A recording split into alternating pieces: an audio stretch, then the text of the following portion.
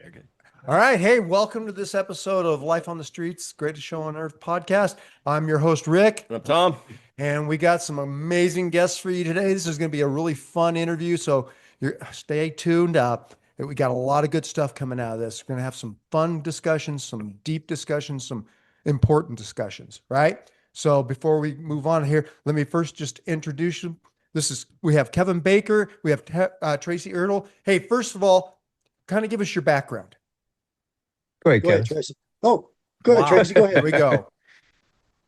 Yeah, I'm a former Marine. I left the Marine Corps in right after the first Gulf War and Happy got into birthday. contracting. Got into yeah, thank you. I appreciate that. That was nice of you.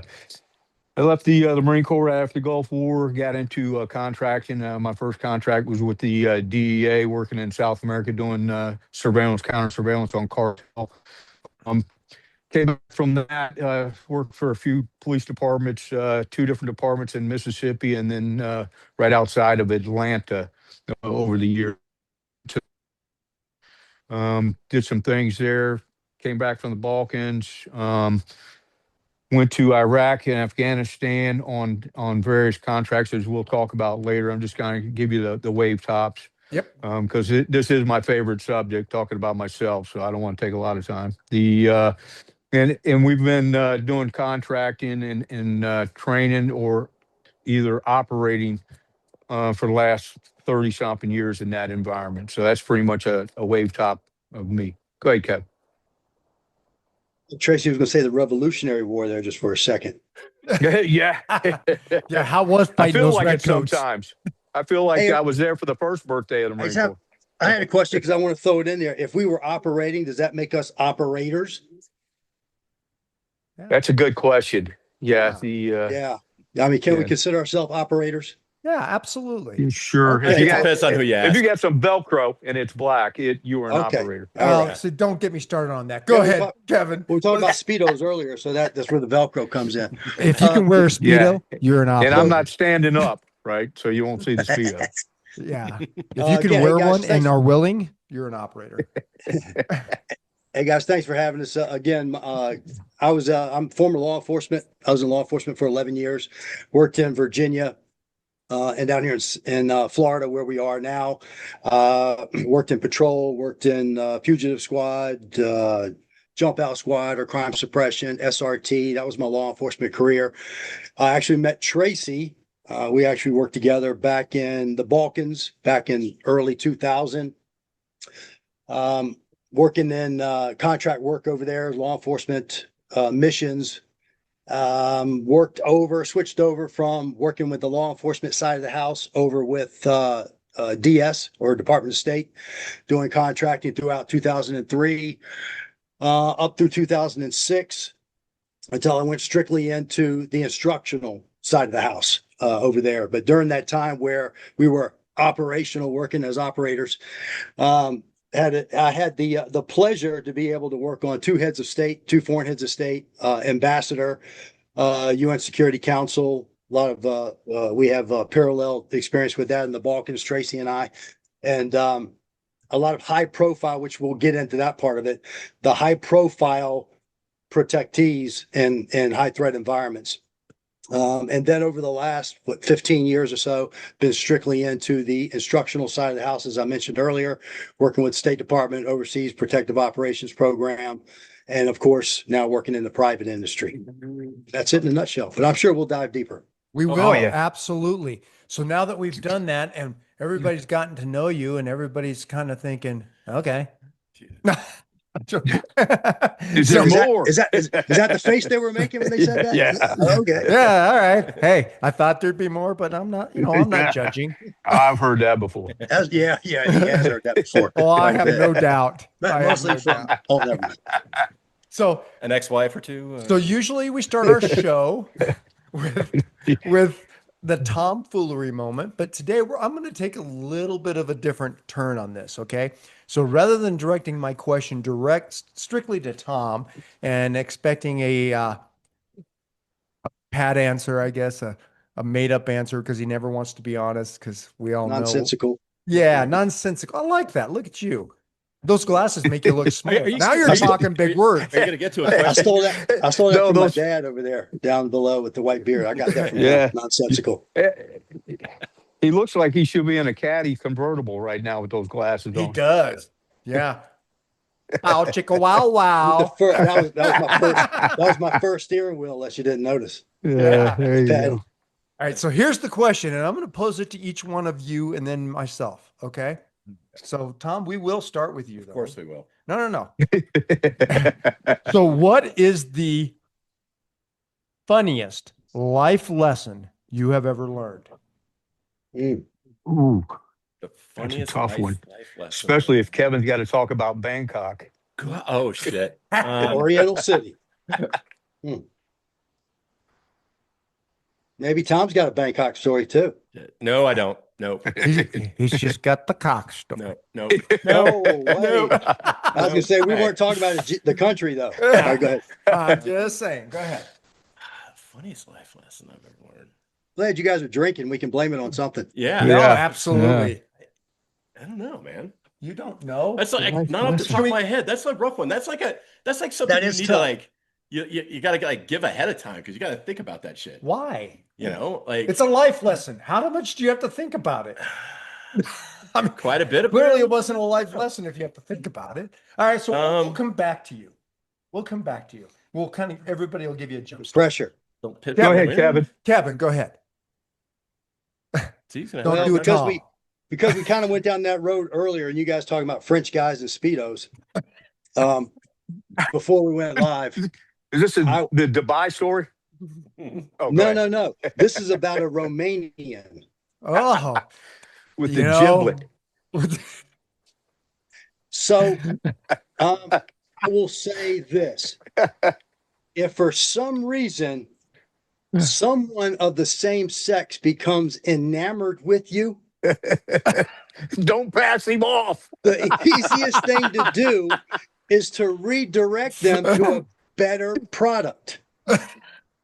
You got to tell And the all whole you gotta story now. do- You're just giving him a halfway story. You actually It need is to a- go into great detail where this We- guy you know was what? stalking you.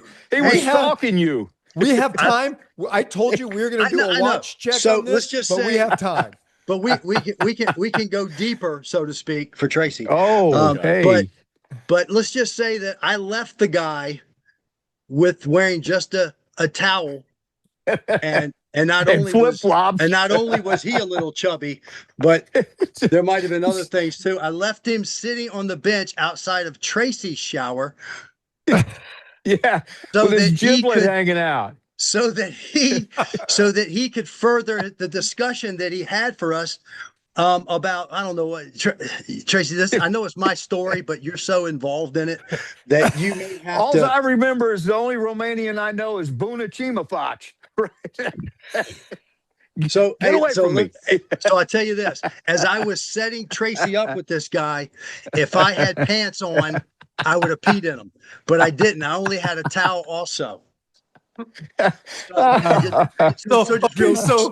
So just real quick. So we're in Baghdad, and we're at a camp, not the man camp, but a man camp, and It turned out to be a man camp. and this guy kept hanging out in the gym watching us work out. Tracy will swear up and down he was watching me the whole time.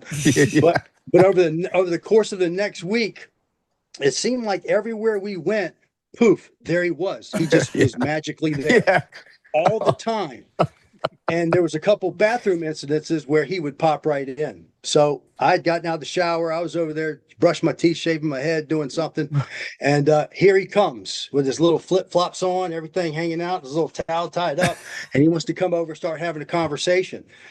So I said, hey, look, man, that's a great question. You know what? But I tell you what, you know who has that answer? Yeah. My buddy. Tracy. Matter of fact, Tracy was looking for you a little earlier because he wanted to tell you some of the things that we were talking about earlier. He's actually in that inn shower down there in the inn. Why don't you go down there and wait for him to get out? Oh, And yeah. He was sitting on the sink. and he wants to talk to you. So as soon as he went down there, he just sits down there on a little bench, sitting all the way at the end too. I remember all the way at the Oh, end. my He's sitting God. there with his little towel on. And Tracy's in there showering, doing this thing, and I'm just sitting here waiting. I'm anticipating the moment when Tracy pulls the shower curtain back, and it sees him sitting there. And that's why I said if I had pants on, I would have peed in them because I was just sitting there the whole time waiting. I got to see this interaction. I know it's coming. But that was just in a nutshell, No pun so to intended. speak. Yeah, so to speak, just in a nutshell, the life lesson I had. That when That's actually life my gives life you when too. when life, what'd you call it, a giblet? When life gives you a Giblet, he giblet, did. Yeah. just He had his little redirect. giblet out, man. Redirect it over He to your looked like he was buddy. getting ready to do a turkey call. I haven't heard the word giblet since my grandfather. He's probably from my generation. What are you talking Oh my about? gosh. Hey, No, I think that's he a was, drink. I actually think he was younger than you. That's a drink with gin, isn't it? Oh yeah. Tracy, so let's that's go with it. you, man. All right, I'm going to give you another bathroom story Oh, Dude, because we're on that okay, subject. All before right. we go there, if you guys are hanging out in bathrooms to get life lessons, we got to talk anyway. I've got a therapist we did. She can talk to you. What do you mean by Eh. you did? What, What are you talking about? No, Yeah. that we had on the show. Oh, I don't know He where had- you were headed with this. he You had the scared me. rapist. No, no, the no. rapist on. Oh, The hell, therapist, no, no, the no, rapist. no, no, no, no, no, no. But I'll we had check on the show, rapist for and 500. She'll talk. She'll talk to you. I don't But have go to be ahead. in the bathroom. Hey, so it's Colorado, Tracy. So it's she'll talk to you. Oh yeah, it doesn't make you a bad person. Hey, so I'm the police, right? I get a call Tom's to got the. it. All right, so I'm the police. I get a call to the Best Western. There's loitering out in the parking lot. They want to disperse, so I show up there. A couple other guys show up there, police officers. We disperse it. I go inside. I talk to the clerk, let them know what's going on. I go, hey, you got a restroom right here somewhere? And they go, oh yeah, it's right down the hallway. So I go down the hallway, go in the restroom. I'm at the urinal. It just so happens that it's by a dock where a bunch of foreign seamen come in and things of that nature. So a Norwegian guy, sailor, comes in, and I'm using the urinal. He comes in and he says, "Oh, that's a big one." I look over at him. I'm thinking I'm getting ready to doggone beat the hell out of somebody and take them to jail, right? So Or at least I zip thank up, him. and he goes, Or at least he thank goes, him, yeah. That's a big one, huh? I said, excuse me? He goes, is that a 45? He was talking about the pistol. So some things, right, are not what they seem to be, right? That's the life lesson. All right. Well, Did you think of one? I kind of thought of one, Okay. and so we had this guy that worked with us. He was an Irish dude. Oh, here we go. I won't say his name. Here we in case go. he Irish watches man. this. Here There's got to we be alcohol go. involved. Although he would be he'd probably be totally fine with Absolutely his would name, love his it. name being Probably. told. Go ahead. However, so one of the things that I learned from him was you never change in the locker room when he's in there, and you never shower in the locker room when he's in there, because on multiple occasions he would come up to the shower and we just had like a curtain, right? On these shower bays, the curtain. And Right. and he would come up and just buck ass naked, man, open the door, open the shower, and hop in with you. And it's like, hey, there's enough room for two, right? Like, get the fuck out of here, man. What are you thinking? Or he would stand with his towel and do the old Captain Morgan thing, put his, Oh yeah. Captain Hey, Did you like, leave this in yeah. the bathroom? does this look like there's a problem there? Like, Does this look swollen? yeah. Yeah. Although Yeah. there's a backstory to this, you got to understand this guy, Oh, and he'll I'm know sure who he there is. is. So we were doing a huge multi-operation with DEA and a bunch of federal agencies on this big thing, and I send him and Another life And lesson: don't send allow him- this guy to be on camera. yeah. So I send him out to do some scouts, right? Before we start hitting places.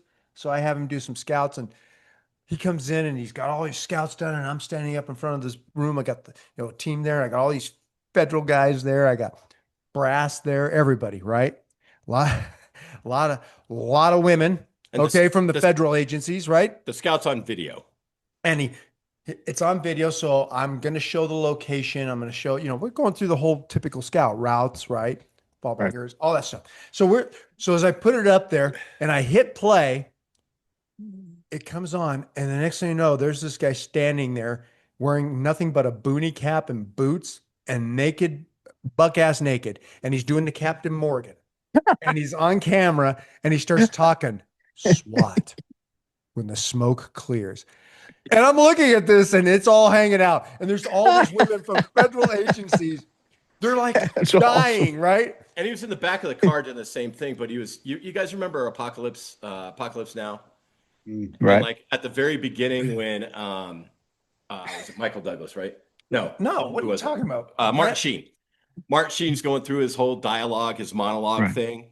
He's literally doing that in the back of the patrol car, It's but in the relating Van it to Damme thing. SWAT and doing a hit on this target. It's so horrible. And I'm watching this, and I'm looking at all these federal agents, like, females and stuff, oh, and he's standing there, and all of a sudden he has this look, Aaron's and he's like looking, and then he smiles, and he goes,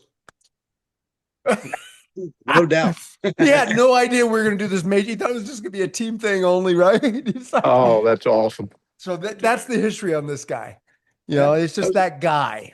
And that's a life lesson. That's a life lesson. Yeah. Never put certain people on camera, never shower with certain people, So or you know what I mean? Like, Oh, that's awesome. you gotta watch out for them dudes. that's right. So mine is very simple because you guys went way further than I ever expected. Okay. So I'm going to keep mine simple. Life lesson. Learn this. Okay. And it doesn't, based on I don't care what your brothers, who your as brothers do. I don't care what brothers tell you, and I don't care what your best friends tell you growing up. Okay. There is no naturally occurring lemon, snow, or ice. Okay. That's a life lesson. Dude. You were holding on if to you that for seriously how fell long for now? that- How many days? Yeah, That's a that little problem. nugget right there. I'm keeping it simple. I'm That's not right. going into any more of these stories because I've got a couple, but we got to get to We our know show. you do. We got to get to our I show. feel like a 3-year-old knows better than that shit. Like, I'm a slow learner. that's All right. All right. Guinness. So here we go. All right, guys, here we go. So let's talk about what you're doing right now, right? Let's talk about the things that are important to you real quick. Because you got a lot of stuff going on. And then we're going to break it down because we also have a video we want to talk about. Am I right, Kevin? Yes, if we can. Yes, absolutely. Oh, we got So- all the time in the world. We have all the time in the world, but let's start this off with, what's going on and, what is driving you guys right now? Because I got to tell you, we talked before, right? And Right. this was probably, and I'm not saying this, folks, just to say it. This was probably one of the best conversations Tom and I've had in a long time. And Yeah, we probably should have recorded it. we should have recorded that. And it was so good that we were so excited to bring these guys on because some of the stuff that we're gonna talk about here is so important. It is just that important to And it, law enforcement and people in general here, right? To the community and you guys are driving this message home. So let's talk about it. What were you going to say, Tom? I was gonna Tom, say, you have 'cause- some? yeah, I was just say because a lot of this comes from you guys' backgrounds as well, right? Like the things that you've seen overseas and have dealt with overseas, and the threat environments that you've been in, and the things that you've seen in those threat environments has kind of led you to where you're at right now, correct? Yeah. So I don't want to skip over that part because Exactly. when we talked before, like you guys' backgrounds are fascinating, and thoroughly entertaining as well. Obviously, And impressive. what you just said, but the things that you guys done, I think is pretty awesome as it relates to what you're doing now and what your thought processes are now. So let's We start. appreciate that. Kevin, you want to kick it off for us? Yeah. I'm sorry. Did I interrupt you? I apologize. No. I was going to do the same thing. Let's kick this thing I'm sorry. off. Let's get into it. So we do have the benefit of us having previous conversations. So you can help. You remember from that last conversation, we kind of get off on a tangent going somewhere. So if you have to kind of, if you have to redirect us, please feel free to. Absolutely. Yeah, because we all have ex-wives, so we know how that is. well, most of us do. I do not. He doesn't. He said he's a slow learner. Hey, I'm going to tell you right now, I'm going to defend my woman right now. She's That's actually right. the slow learner. She is a saint. Is she the one visitor we have on there right now watching? I don't know, but I can tell Oh, you she's okay. a saint. Yeah, she absolutely is. She's a All saint. right. So But 35 years worth. Oh, congratulations. That's awesome. Thank you. Thank you. nice job, So man. Yeah, Kevin's had a She must be 35-year a hell of a woman. anniversary, but it's between 5 women. Yes, that's right. You still celebrate it though. you do. Well, actually, All one the- was questionable because that was in the Philippines. So we'll say Yeah, 4.5. I was going to say it's some. Yeah, there's good times, bad, some ups and downs. So you already hit that for me. And some So that's good. ambiguous. All Yes. right, go ahead. go ahead.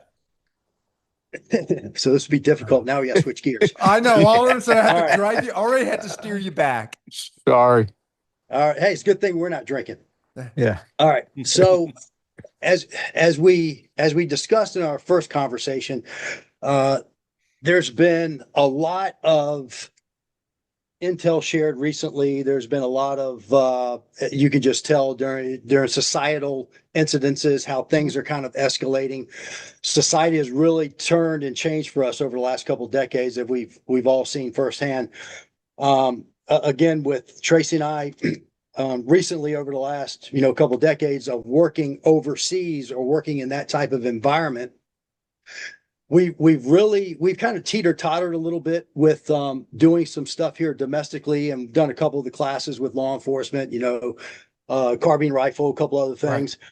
But as far as the high threat tactical environment and law enforcement, we've really just, we know it's kind of that out of sight, out of mind thing, which is we know is always indicative of law enforcement. We're always reactive. We'll wait till something happens and then we'll try to come up with a solution for it.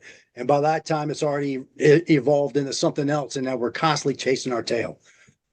So with all that being said, here recently, we've gone and made the decision that time is up. We have to come here and start working on the domestic front of what law enforcement is starting to look at. And we'll get on to the protector side of the house also. We'll talk about law enforcement first. And then we'll blend the two as far as dignitary protection and the stuff that that police is doing as far as the protective scene. So it's becoming more and more apparent with Sarah Adams and a couple of the other ones that have been out there, have been touting that has the overseas experience, that the intel keeps showing more and more that we are kind of due for some type of terroristic event, whether it is something involving aviation like it was before 9/11, whether it was or is some type of Mumbai style attack where it's highly trained, coordinated individuals selecting soft targets and coming after them, or if it's, as of recent, seeing October 7th was kind of that carryover or that continuation, if you will, of the Mumbai style. And if you remember, and Tracy will elaborate on this a little bit when I give the baton over to him, is back when Mumbai came around, which a lot of people in law enforcement now, if they've only been in a couple of years or less than a handful of years, they don't know what we're talking about. That really left a scar on first responders as far as responding to something where if you sit back and you look at everything and you go, whoa, now if I try to take that template and lay it somewhere here in anywhere USA, man, that would have turned out badly. Right. And what did it go on for 2 days, 3 days, Tracy? Or you guys remember? It was 3 days. Yeah. I think it was 3 days. So it was highly coordinated. The individuals that were involved, as far as the people pulling off the attack, highly trained, fully capable, armed, came prepared. The 10 unfortunate people thing, shut a whole city down. That's yeah. Go ahead, Kevin. Right. and jump in anytime you want, because my thought process is taking me down this slow road, because I don't want to. We have a tendency of speeding ahead, thinking that everybody is already in the same mindset we're in. Right. So that's why we're going to do this as a discussion more than just hey, tell us bullet points. We want to have a good discussion so everybody gets what's going on. All right. So I'm going to go ahead and take that part of who was involved, who pulled off that event as far as the bad guys. And then we'll flip back over to here and let's talk about law enforcement, domestic U.S. law enforcement, and what type of events and what type of individuals are we used to dealing with when it comes to shots fired, active shooter, some type of what we deem as chaotic event here in the homeland. What we're used to here is absolutely in no comparison to what Mumbai looked like, to what October 7th looked like, no matter what your feelings are about October 7th and what the backstories are and everything else. But all of that happens overseas in that environment, there's individuals that are out there, Tracy and I being two of them, that have been dealing with this element for decades, as far as combating it, training for it, actually being operational against those type of individuals in those type of environments.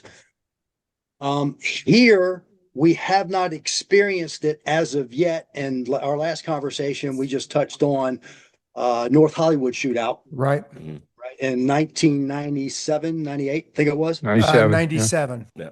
Okay. And the turmoil and chaos that ensued off of that, which With that was two individuals, Yeah. two individuals drugged out, had one goal in mind, go rob a bank. And that was it. And it's very important when you look at intent, because intent is what we as the law enforcement community, we are not giving the proper weight to intent. These individuals, and try to refresh everybody's memory, once the alarm went off, first responders showed up. These guys exited the building, full body armor, facial armor, everything. What I think one of them had a couple 308 automatics, wasn't it? Well, at least one of them did, but tons of ammunition, stacked, pistols, rifles. They came out, they started engaging law enforcement, shut down the first responders right off the bat. All right, had to actually create distance, had to create a standoff because they were just getting their ass peppered. Well, The law enforcement showed up. They were also outgunned. I mean, they're showing up with 9mm pistols against long rifles. Right. I mean, there's what are you going to do, right? So the only thing was, so the one thing they weren't outmanned, law enforcement, that they had everybody and their brother showing up there. But if you don't have the right tools to actually combat that, the tools and the tactics, doesn't matter how many people you're bringing to the party. It just probably means that's how many more casualties you're going to have. Right. So these individuals, their intent, once that first encounter ensued, their intent was at some point, we got to get away, because their escape vehicle, null and void. They actually ended up commandeering another vehicle, or Right. attempted to commandeer another vehicle. So their intent still was to get away, to disengage. It wasn't until the fact that they realized that they weren't getting away. At that point, it was just, hey, we're just going to create more havoc. And then, of course, one eventually ended up taking his own life, and the other one, the SWAT guys had to end up taking out. So to your point though, Kevin, and I love where you're going with this, and I just want to throw this out there. Mhm. The thing that I think that's important, and you talk about intent, that we need to put more weight in. Their intent was to get away, and we all know that, right? But because that was their intent, they were. I mean, I know that there was a military background on. I think it was. I can't even remember their names at this point because One was Emilio or something. I think it was. Yeah, and they were from Colorado, which is what kills me. But they didn't have the training. They weren't operating in any type of coordinated fashion, right? Right. Semi-coordinations when they tried to commandeer the vehicle, they were doing the moving vehicle with the long gun overwatch firing, suppressive fire, right? Very minimal coordination, right? But it was, even untrained, it was effective. Yes. So, and that's kind of where I was going. And that's what we underestimate. Exactly. Yep. Tracy, you want to jump in there? Yeah, I was just going to say, with the upcoming events that the intel agencies and folks are talking about, or these people have been training for a long period of time, and their intent is to take as many out as they can before you take them out. One way or another, their job is to, martyr themselves, if you will, and they're going to take as many as they can, whether it's through a engagement or a suicide bomb. So it's multifaceted, because most law enforcement agencies don't deal with that mindset, right, on dealing with things. There's so many different angles to this that is right around the corner for us that we're not acknowledging as a law enforcement. They're just not. They're, when was the last time? And I know Kevin talked about this last time. When was the last time? Agencies started training multi people and multi event, right, scenarios. It doesn't happen. They're usually a singular event. The mindset is, and we'll talk about that video you're going to show here later, but the mindset is very simplistic, as in, hey, that is what is going on, not what is actually going on, my surrounding area of operation. We have to change a complete mind shift of how we do police work. And we have to start yesterday. That's how imperative it is. And as simple as it is, we see police officers even today, and you guys think about it your time. Hey, whether it's raining, it's cold, it's hot, whatever it is, that's what you're going to be with the window down.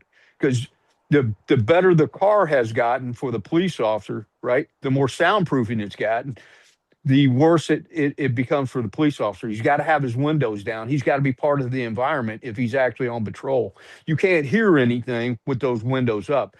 And Kevin and I talk about it religiously in the aspect of, hey, you are not paying attention to your surroundings with the window up, right? Your thoughts should be, all the time paying attention to what's going on, understanding. See, you could see something but still not recognize it for what it has the potential of being, right? You have to look at potential, right? As a police officer, what can that potentially do? What can that be? What could they be doing? Potential is paramount, and I believe that, because without potential, everything looks very simplistic. Right. Kevin? Yeah. Now, we'll say this, just follow with Tracy. One thing, because I keep thinking of why we keep missing the mark here. Like, why are we so slow to react? I don't think anyone would argue if we said, hey, are the cartel here? I think Correct. most people would go, yes, they're here. Are there Islamist extremists here? Could there be members from Hamas, Hezbollah, whomever, Al Qaeda? Are they here? I think most people, if they were sensical and not nonsensical, they'd probably say, yeah, they're probably here. So if they're here, then our question is, what's the intent?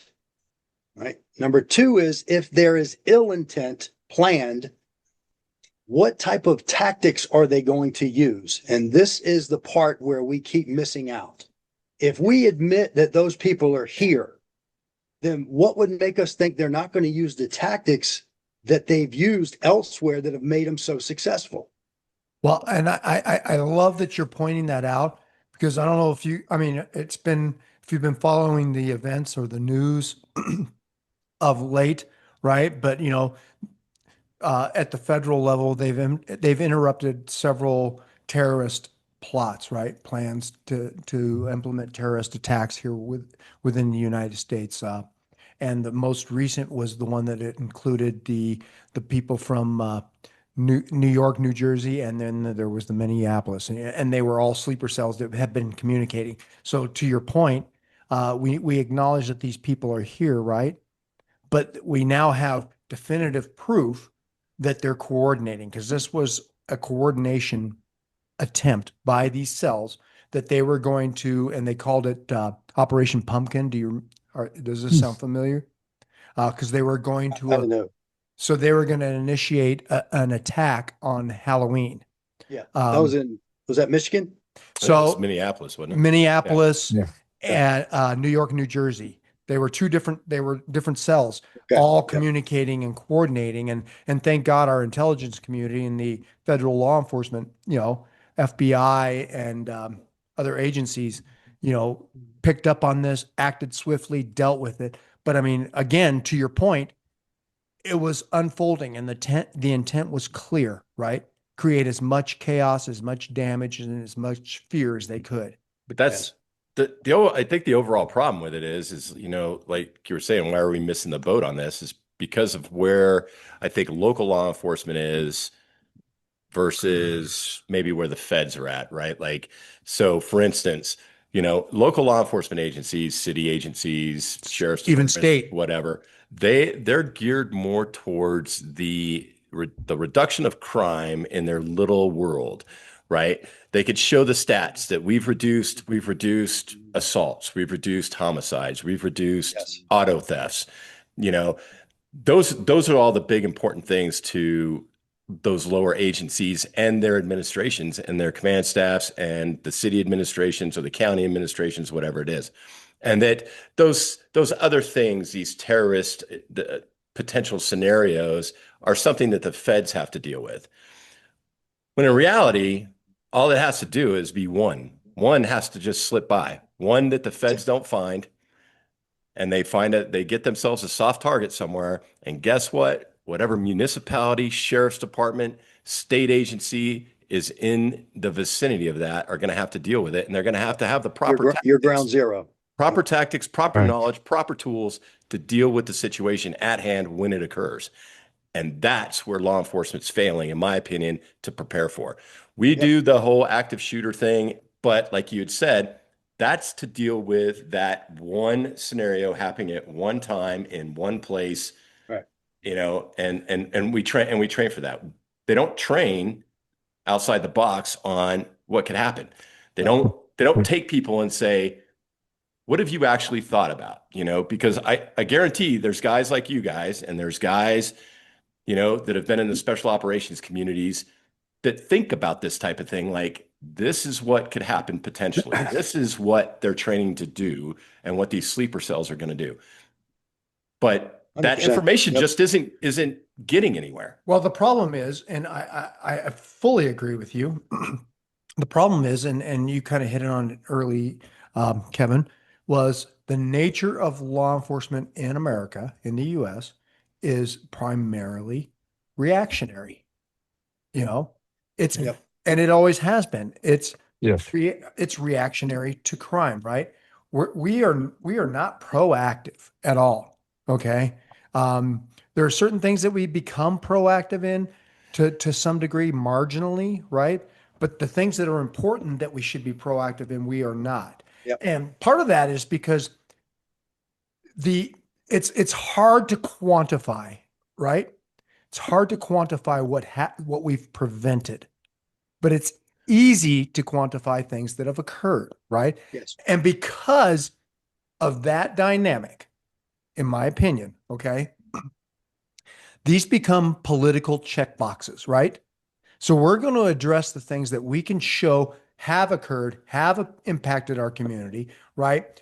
Become a quote unquote sort of a quality of life issue, right? And that's what politicians and leaders at higher levels than us, that's what they focus on, because that's what gets them, funding. It's what gets them job security. It's what gets them recognition for whatever aspirations they may have down the road. Okay. Yeah. So that's the stuff that they focus on. Again, it's at that level, it's hard. And the federal government's a little bit different. Okay. Because they're not dealing with those community issues. They're dealing with national issues. So that the threat of terrorism falls squarely within their focus area, whereas it doesn't at the state, county, local, whatever levels, right? Because it doesn't check the political boxes at our levels, and that's a problem. Well, when the issues with that one there, and I know you want to jump in, Tracy, is the federal government, their primary role in that is prevention, not response. Right. If we're waiting on the federal government to respond to a terroristic event at a local level, we're waiting a long time. Oh, The damage has been probably irreversible at that point. Like there's no getting away from that. And I'll mention this real quick, Tracy. Did you guys see the poll the other day that I think Monty Bynum he did about? There was a poll he put out about I think the four choices were, I was trying to look it up real quick when Tom was talking, but one was, are we prepared? One, do we have no clue, or do we just need to fill in gaps? It was like Oh four yeah, choices. I saw that from Monty. Yeah, Well, absolutely. what got my attention was primarily, and Tracy knows exactly where I'm going with this because I screenshot and sent it to him, was a chief of police that pretty much responded, man, I want to pull it up because I want to say it verbatim. I'll just ad lib it right now, but it was basically, we're pretty sure the federal government has a basic plan of how to respond to that. And then we'll all just kind of piggyback off of that. Oh, I did not see that. Oh, yeah. That's the chief of police. My thought is on that is, how many other sheriffs or chief of police feel the same way? When in fact, it's their agency and the surrounding agencies that are going to be first on scene, and they're the ones that are going to be at ground zero that have to make these split-second decisions when this shit kicks off. They're the ones that have to be able to react off of it as soon as it goes to prevent mass casualties. And they're relying on the federal government. Well, yeah. Really? Tracy, what do you think on that? No, I was going to say something very similar because Kevin and I have talked to several people over the last several months, last 9 months or so, in relation to that, and that is they believe that the federal government actually has a plan, and so when we talk to them, they're like, well, we'll talk to the local. You can, whatever 3-letter agency they were going to talk to that they have a task force with, and see what the plan is when we start talking to them about it. And the reality is this, that's kind of like thinking about the seatbelt after you had the crash, is trying to put the seatbelt on. That makes 0 sense. We know that, just that'd be like an active shooter scenario. You're waiting for the feds to react. It's already too late. If you hadn't coordinated something prior to that event, when the balloon goes up, it's not going to happen. We all know that. All four of us know that, and your listening audience, I'm sure, does too. It's not reality. It's a way to use the blame game. I expected such and such to do it. That way, they don't have to take the blame for whatever the casualty count is. That is not leadership at all. The reality is you need somebody that wants to step out of that proverbial box and take hold of the situation and know that, hey, I'm going to do the best I can for my police agency, my sheriff's department, whatever it is, and start having these guys, because we know if you start working through a problem and solving those problems, right, you'll have a better chance in reality if it's only closely resembles that, if we already have some kind of plan going forward. And that's what we ask these agencies to do. Well, that's the problem, though. So the first, I hate to say it, but sure. One of the biggest problems in leadership, right, is for the first check the box, it seems anymore, is, do I have plausible deniability? Right. Right. Oh yeah, absolutely. And it's a shame. And it is a shame, and it's self-preservation is what it is. It really is. It becomes down to self-preservation, and the thing is what they fail to recognize is there is no plausible deniability. I don't care who you are, where you are, when something happens and it's it's something major, okay? And it goes south and you're calling in resources, you have failed. You have failed if you have not prepared. And there's no plausible deniability. You can finger point, and we see it all the time in politics, right? On who's responsible and who's not. But the general public knows, right? They know who's responsible. And it's pretty much everybody who was ever a decision maker in this process at any point. Now we have, Tracy, you had something, or can I go? No, go ahead. Jump in there. So you jogged my memory there just for a second there, Rick, when you were talking about the deniability portion of it.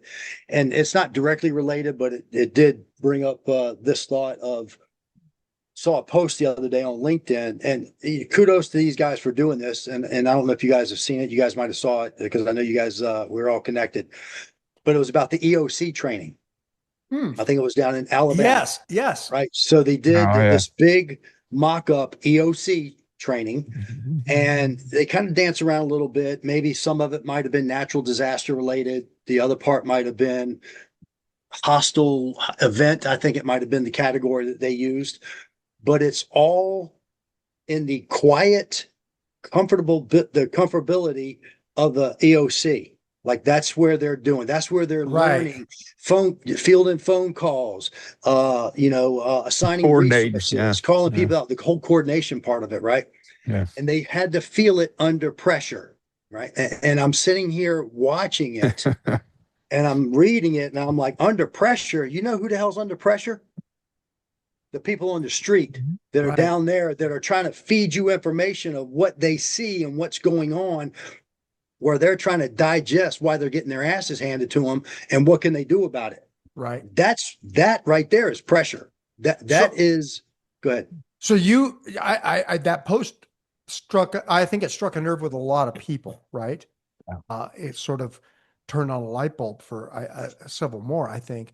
But, and I don't remember exactly who posted what. I mean, there was a lot of response to that post. Okay. And I don't remember, did you post a response to it, Kevin? I might have tried. I'm on there so often that I can't remember. But I remember a specific There might have post. been some interaction to it. Yeah. Yeah, there was a specific post to it that resonated with me, and that came from Rhino Del Camino. I don't know if Del Camino. Do you guys know who that is? He's on there a Not really, lot. man. He's a really knowledgeable guy, tactical guy. Uh, but he brought that same point up as, whoa, wait a minute. We're focusing on the stress in a static, controlled, safe environment. Yeah. Supposedly safe, right? But when we Right. get into what we're Yep. talking about, we're going to talk about that, right? Yep. But and we're talking about the stress levels there, but we totally disregard the total stress and anxiety and confusion working within such a chaotic scene out on the ground. Yeah. Right? I mean, you could be 100% dialed in up there at the EOC and making all those calls perfectly. But if it's not being executed by the people on ground effectively, or if they're getting the information or not getting it, because we know what happens to comms when all this shit happens, right? Yeah. Right. Right. So Everybody if wants to that's- talk at the same time. Yeah. Nothing gets out. And if that's not happening at the ground level, then it doesn't matter what it looks like in the EOC. That's irrelevant. So there in our best case scenario is, yes, you are doing that, but you have to at the same time have the parallelism of the ground forces down there doing their thing and trying to execute. So you can find out where the gaps are, where's the miscommunication. And the only way you can do that in training is you have to create chaos. Yeah. There has to be chaos. Because when there's chaos, there's indecision and there's decision. And you don't know which is the right and which is the wrong until you get in that environment and start making those calls. And then you can learn from it. Doing it on game day, that's a bad recipe. Well, and I think it comes down to several levels here. And I'd love to hear you guys' thoughts on this and yours too, Tom. Okay. Okay. But one of the things and we've experienced it, and I know you guys have, is when you have something like that, and it's not even to the level that we're talking about, is going to be huge, right? Oh, yeah. So we're talking completely opposite worlds, but let's just go with what we know, okay, here in the US, okay? So we're talking about the active shooter, we're talking about, maybe a focalized attack, right? Someplace where that doesn't spread. So we know where it's at, it's contained, but you're still going to have mass response, right? Here's the problem that I see, and it kind of goes to your point, Kevin, and I think this is stuff that leadership needs to think about. All right, so we have a couple levels of issue here that I see. Okay, so you have your first responder level, okay, which is your patrol operations divisions, right? These are the people who are out there, boots on the ground, normally going to be the very first ones on the scene, right? Then you have your specialized tactical responses, right? And then you have your mutual aid, right?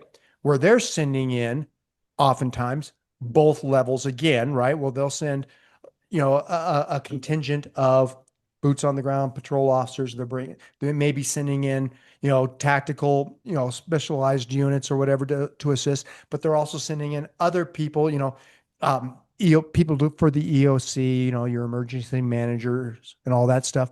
And you're sending in, fire then comes in, right? And we're talking multiple levels there. So you have all these various levels, right?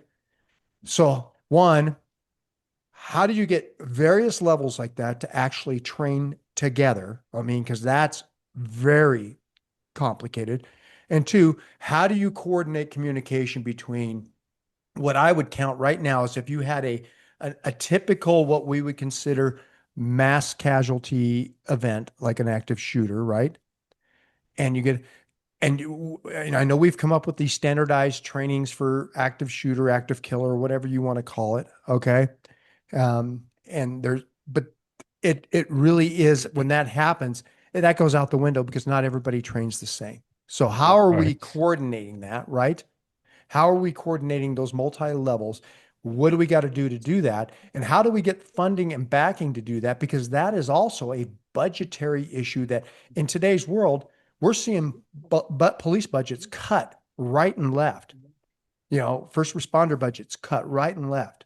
So now you've identified a massive problem. We're talking about problems that we already are familiar with that we know happen a lot, and unfortunately Colorado's like, I think we are the active shooter Capital. capital of the, of the US. I don't Hmm. know, but we're up there, right? All So right. you have these what we know, and we're still not prepared. So how do we address that?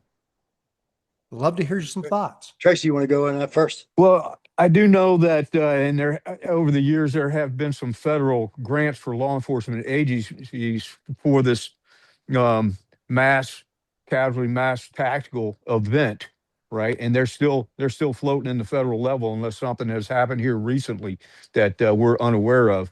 But some of that is I think that agencies don't utilize as resources because they don't know about it. Some of the federal grants. I know with one department I worked with, they early on, this was in the mid '90s, they were very forward thinking and hired someone that did nothing but grants. Went after grants left and right, everything that was out there, and they paid for their salary in short order. I mean, the tactical unit, we got all kinds of equipment, vehicles, everything off grants. So some of that is already out there, and agencies don't utilize it because they don't know about it because they don't have anybody that goes after the federal funding for some of that. I think that's part of it. The So other thing go sorry, I ahead. didn't I'm mean to sorry. interrupt you. No, no, So, no, sir. but to your point on that, Tracy. So, and we experience, so there are grants out there, and I will Yes, talk sir. about one of them one is Okay. the UASI grants. Okay. So UASI grants are designed specifically for this purpose. Okay. Um, so, for anybody who doesn't know what that's that urban area, um, grants for, I Right. can't even remember what the acronym stands for anymore. Safety initiative, right? Security initiative, urban area security initiative. Um, but these are block grants that come from the federal government for this type of stuff. And, I was very active in that while I was working, and doing SWAT, and I was very active in that. And one of the things that stuck out on me that stuck out to me on that is these monies would come in, but here's the problem. Okay. The money doesn't go for training everybody. I mean, sometimes it does, but what you end up happening is you have, they focus more in, and it kind of goes back to the black Velcro stuff. They focus, Right. they focus more on gear and Equipment. equipment Yeah. than they Yeah. do on Radios. training, and so a lot of your money gets burned up. So when somebody comes out with the new, the latest and greatest tactical gear, you know, uh, elevated platforms with shields and all this other stuff, right? And they're buying these, and they buy one or two, and they strategically place them in the metro area with a specific agency, right? Well, now here's the problem: is one, you got to go through that agency. So that agency is now responsible for getting the gear. Not everybody has access to it, and not everybody's it's never going to show up in a timely manner, right? When you need it. So that's one problem. But Right. the other problem with that is they look at the bling, shiny stuff, right? Right. So, and I've seen agencies who've put in for like, and I just threw it out there, but elevated, armored elevated platforms, right? But they don't have a building taller than 2 levels, right? Two Right. stories. Right. No, But they I understand have what you're it. saying. They have Right. it. And that's where a lot of these focuses go on because it's not actually being ready. It's not actually being realistically prepared for what's going on. It's it's showing. Tom and I used to love. I mean, I'll equate it to you have tactical teams, right? Who who are not very active. They operate. They maybe don't do a whole lot, each year, right? But they have the latest and greatest and most expensive gear, Oh, right? yes. Yes. Right? So they look great and they're operationally shit, right? And Oh, then yeah. you Yeah. and you then you have the teams that have they make their own gear if they have to, right? They train and they're operationally sound and great, but their gear is shit, right? This is what I'm talking about. No, no, I understand. And a lot of that, is I guess would be up to the city or the county to get funding set aside, for the man hours that requires to do the training. But in each agency, as you know, everybody is different on how they procure that. Whether it's they set aside money from the casinos that happen to be in the county, right? They can get that funding through that. So there's a lot of different variables that each agency's got to figure out what works for them in order to get paid for those man hours. You can have the greatest equipment, but unskilled labor is still unskilled labor. It's not reality; it's perception that we're ready and not reality. And we see that a lot. With guys always talking about doing protection work, or they're doing something else, and we know that a lot of times that is very cursory. You got a watered down so you could actually assist or do something else in that category. There's no great depth or detail given to that. And sometimes I believe, and Kevin, you correct me if I'm wrong or if you think differently, and that is, I believe that they think that they are prepared. That's part of the problem. And someone has given them a false sense of preparation for certain activities. They truly believe that. I know that we still do a lot of training, and one of my friends was teaching a class the other day, and this for some reason this resonated with me, and that is this: the young SWAT team was there training at a different location, and my friend was conducting the training, and one of the guys was like, I don't know why we have to do things differently when we go to a different class. And part of that is this: what it kind of resonated to me was this: is you think that you already know enough to do what you need to do instead of willing to learn something and realize it either will work for you or it won't work for you. But the ability to close your mind off to new ideas is what we see a lot Yep. now for whatever reason. I don't know why, but we've seen a lot of that in the training environment over the last handful of years. And you're never too old to learn.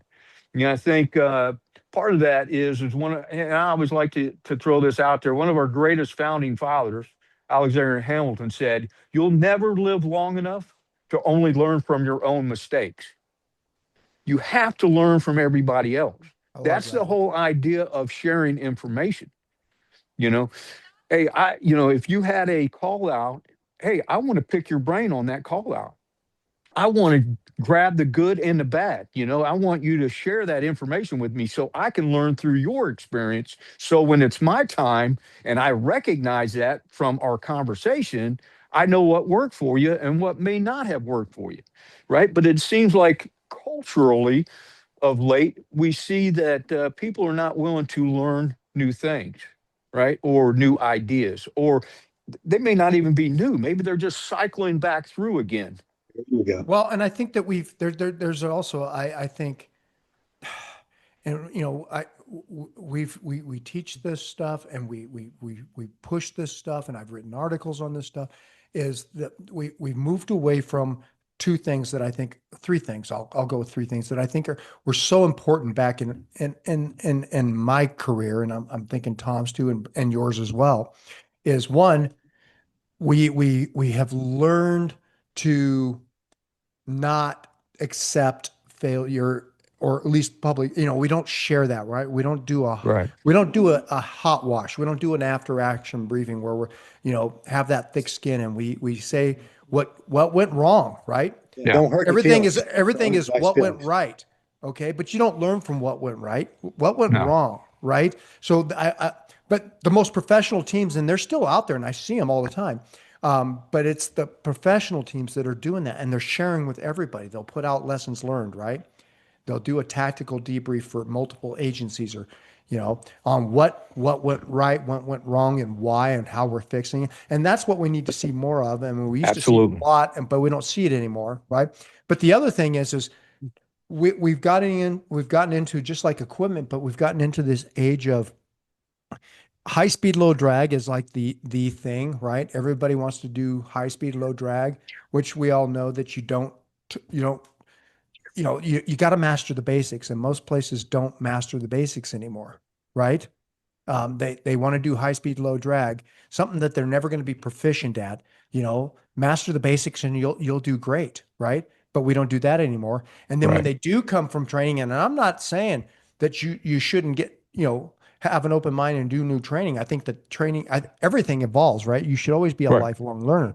But my problem is when you go to a training, and every time you go to a training, it's the latest and greatest, right? This is the best training in the world. And agencies, have a tendency to adopt that as their end all be all, right? Because that's the Mhm. newest thing. And they don't look back to what all other stuff they've done, right? But that's their end all be all. But they don't vet it. How many agencies out there at tactical teams don't vet training that they got to make sure it actually works, right? Right. So Well- that's the problems. I think that I mean, you guys are hitting on all these different problems, but to Mhm. me, what it boils down to is one friggin' word: ego. Ah, Yeah. There you go. It's all about ego. Dudes that think they're the highest speed team in the planet probably aren't, but they think they are. Yeah. The whole, hey, I just went and got this new training. We're bringing it to our team. And because I was gotta there, I know self-assess. how to do it. Okay, that's If you, fucking great, but you don't train enough to fucking do it. Like, what are you Yeah. talking about, Right. dude? well, Like, you train one fucking day a month on your tactical team, and now you think exactly. you're gonna be, you're gonna be the next freaking SEAL Team 6 or freaking CAG guy walking down the street. That doesn't work that way. And get away from the chicks dig it factor and fucking train the basics and train them well. And Yep. if you pick up some good stuff along the way, great. perfect. Does it work for your team? Does it work for your environment? Does it work for the tactical environment that you're in? And if it doesn't, why the hell are you doing it? And Yeah, if you're exactly. gonna vet a tactic, you run it dry, you run it with sims, and you run it live fire. And if it doesn't freaking work and you shoot Throw a 'em buddy out. in the head, then guess what? Get rid of the training. But the thing is, and that goes back to what you guys Drives are me nuts. talking about, though. That's the problem when we're talking about these coordinated attacks, right? And what the training that you guys are pushing for law enforcement, right? Is how do we overcome those so that everybody's operating on the same page? Yeah. Well, and Well, one go ahead, Kevin. I would say Sorry. one thing that we see, and it's hitting on all the things you guys are talking about, is someone has to, whether it's a department, whether it's a team or whatever it is, you have to do a down and dirty self-assessment, and you have to be able to admit what your capabilities are, what your shortcomings are. And that all changes depending on what type of environment you're working in Right. and what the incident is. And that's all of our point on this, is that the incidents that we're speaking of, there's something that you have nothing to compare it to in your mind. Right. Like there's nothing that you can't even say, because I can tell you right now that an active shooter is different than active shooters. Three Mhm. teams of three working in conjunction with each other. So all the tactics you learn in active shooter, I don't know how far they're going to get you because I can't even imagine, but you'll find out real quick that the majority of those tactics are not going to serve you. Or what if this, Kevin? Let me jump in there if you don't No, mind for go two ahead. Please seconds. do. What if that active shooter is actually nothing more than actually drawing your team in so they can actually take them out? They're actually the target, not the actual inside the school or inside the mall or anything else. What happens if it's actually the team, Yep. right? The law enforcement agencies, the responders are the actual target being lured into the building.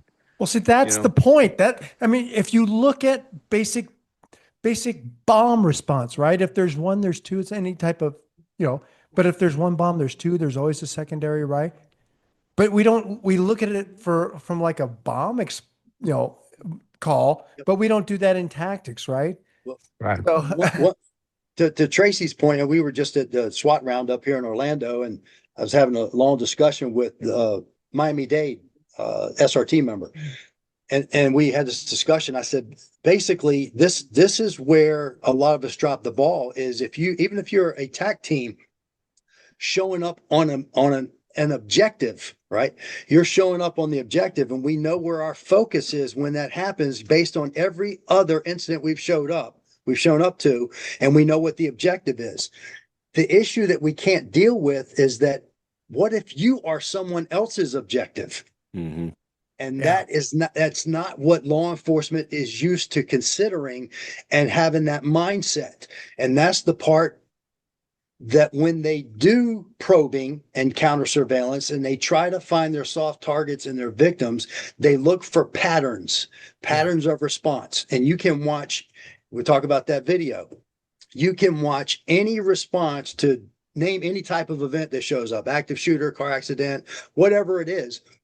And you'll basically see the same pattern response from every law enforcement agency when they arrive. If there's an officer shooting, I can tell you right now, probably within 30 minutes, if you're a bad guy, you're going to have about 20, 25, or 30 police vehicles all parked in one little spot. And Yes. you can just All standing around trying to figure out where that it's is a coming from. guarantee. That is a guarantee. Waste, right? And they're going to plug up all exfil point, routes. They're going to plug up any response from any other assistant, mutual assistance. It just happens. So And again, that brings us to that video though that we're talking about. But go ahead, Kevin. Go ahead. No, just real quick on that, because I know you want to get to that one. Is you can talk about it all day long, and I've said in a couple posts we put out there, which is there's a lot of things that are out there that you can't sand table. You can't draw it up on a board and think that that's how it's going to go down. Some things you can, if you're actually doing, hey, we're doing this warrant, let's get up here. Well, I don't have video, but man, I just did a diagram. We were in there 2 months ago, and I'm gonna draw it up on the board. Yeah, man, that right there. If that's all we have, we'll take it. We got a pretty good idea of it. The stuff we're talking about here, you're not sand tabling this. You are not going to draw this up because you're not going to do it justice.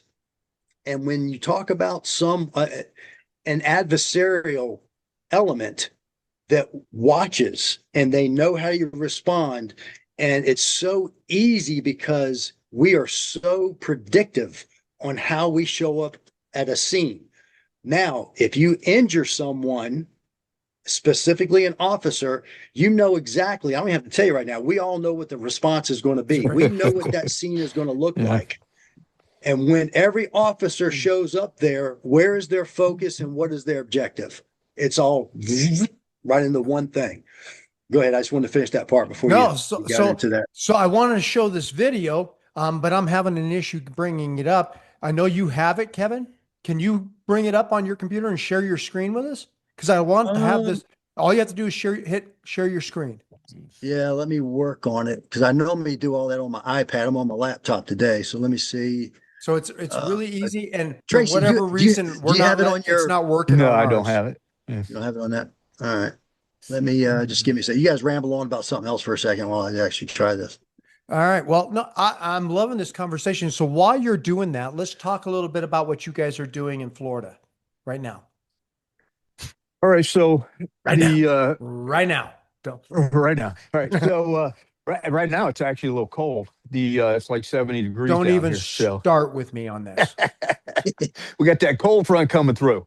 So in February, we're actually doing a dignitary protection course for law enforcement, and we start breaking down I think we talked about it last time. We start breaking down the dynamics of dignitary protection and how it relates to the law enforcement and possible having somebody that has an active or direct threat to that person, right? Which changes the whole scheme of maneuver on how we would provide protection.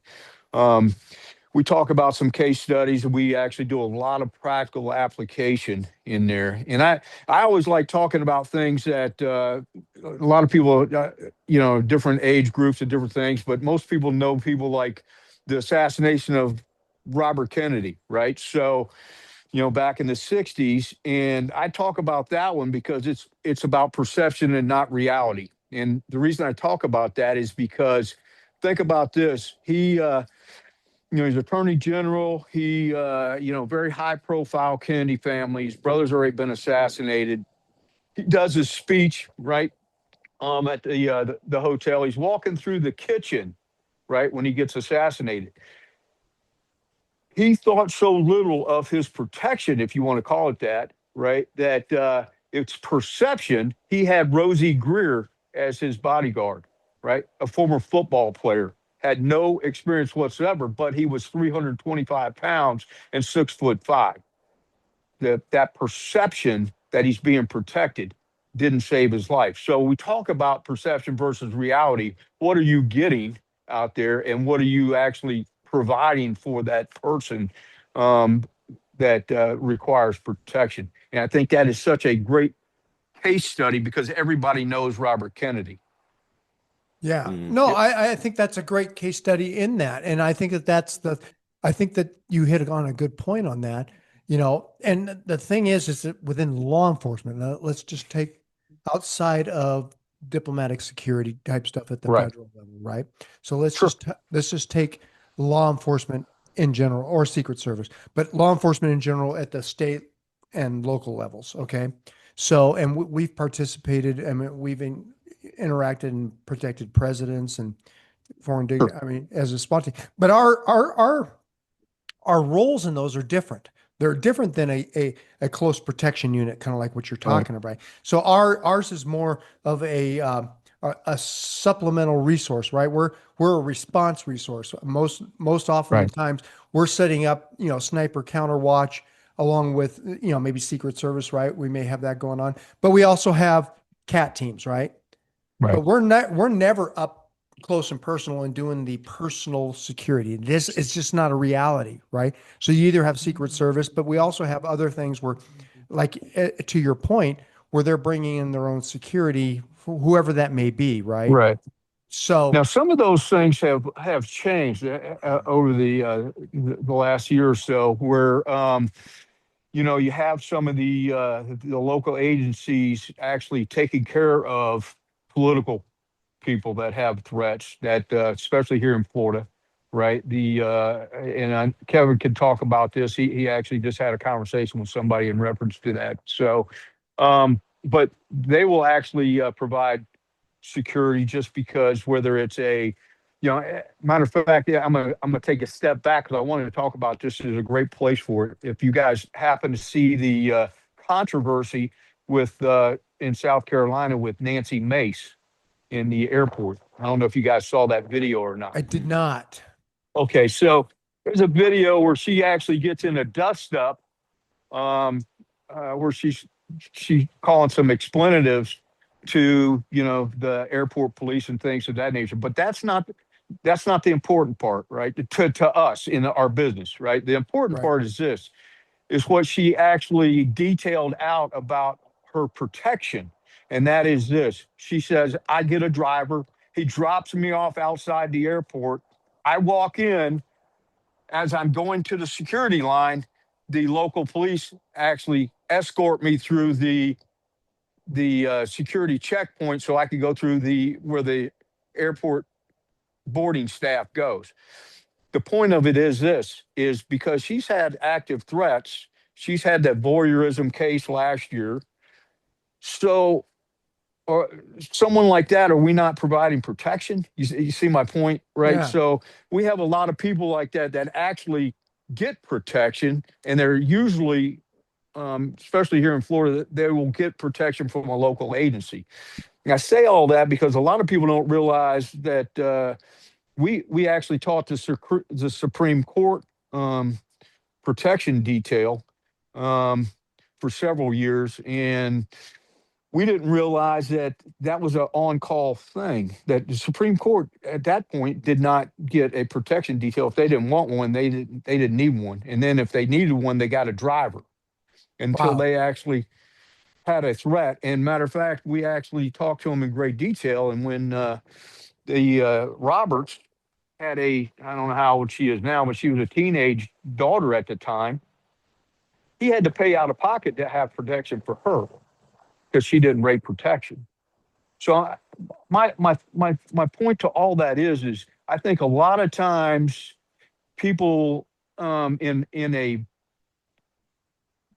position that probably requires it, right, or can be manipulated through. I mean, can you imagine if something was going on with the daughter of Roberts when all the stuff was going on with Obamacare and all that stuff? Right. How that could have changed drastically if there would have been a threat on her. So I say all that to say that there's a lot of those people that most people don't realize there are protection details for them when they get on the ground in their state. Some do, some don't, depending on what they have going on. I would have thought that Nancy Mace would have had a protection detail of some semblance, but obviously that wasn't the case. And that was the learning point from that video that we got when we started looking at it. Was she just had a driver drop her off outside the airport. Well, and She didn't. I was going to say she didn't really need escort other than she wanted through the fast lane, right, to Right. get on the plane. You don't really need anything inside the airport if you really want to look at it that way. Right. You need it on the outside. So, and the problem is even with law enforcement, okay, with local and state law enforcement, unless you're assigned to a governor's detail or you're in a city where a mayor has a mayor's detail, right? And these guys this is what they do. This is really their trade craft, okay? That this is what they do. They train in close protection and who are you getting, right? Because I can tell you, and I'm not ashamed. I mean, I'm proud to say it. If you called us up and said, "Hey, so we got this person so and so, and we're going to do a close protection," and you send Tom or me, we'll do a decent job. But this is not our trade craft, right? We're not. You're Our going to trade craft. security. Yeah. Right. So, I mean, we'll do the best we can, and believe me, you'll get a lot of fight out of us if you need it. But the problem is this is not what we do. Right. So why are we bringing in people who aren't really qualified to do that, to do the job? And I don't So think there's Go too ahead. many.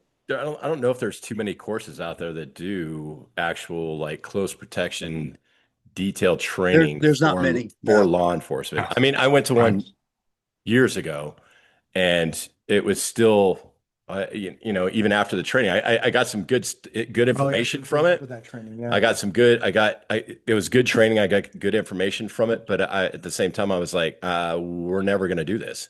Like Yeah. this isn't what we get detailed out for. If we have somebody coming in that they generally have their own close protection detail, and we just run And work with like them. we work with them, and whatever they need, we provide. If they need, counter sniper teams, we'll set that up. If they need Yeah, so cat you guys teams, are we set support. that up. Yeah. We understand that. Yeah. That's our role. We're tactical support. That's our role. Yeah. Yeah. So I'll throw this in there. So here with us, it depends on your jurisdictions and who's coming and going out of your jurisdiction. You might have something like down in Miami, down in Metro-Dade, where you've got a Secretary of State that's from there, right? So there's families there. So we have that going on. You have a lot of areas that State Department, their field offices are responsible for visiting dignitaries that are coming into those jurisdictions. Some of them can handle them, some of them can't. Some of them maybe all they need is support. Maybe they need a cat team. Maybe they need Overwatch. You know, some of these things. You could have something where you have legitimate threats on judges, on prosecutors or state attorneys, on high value witnesses. You know, if cases warrant it, if cases are large enough, and it may be something where, you know, if you imagine you have, and we've used this as of recent because of the climate and where we are, that if we're training a protection detail for law enforcement, one of the scenarios we give them is that it's a high profile cartel case, and that instead of extraditing this person, they want to make an example of them. They want to give this person life, is basically what they're going after, and they're making it a public event. So now you've got a judge, you've got a prosecutor, and you've got a witness that is going to give them up. They're going to give the whole. Maybe it's an inside cartel member, right? And they've got them they want you to stash them somewhere. So you could have 3 teams just off of one case that's going on right now. The issue that we try to draw to everybody is that look who your adversaries are. All right. Who are you going against? If someone is dedicated and these individuals are capable, if you do a self-check and you go, hey, look, hey, I'm a SWAT guy, whatever, but we don't do this job. We do escort security. And basically, if something happens, we're going to do what we do. We're cops. We're going to act like cops. We're going to react like cops. That's the part we're bringing up. They know you're going to act like cops. They know you're going to do what you do because you don't do protection. And that as soon as they create that incident, you're going to do what you're bred to do. And you're not going to take care of that principle.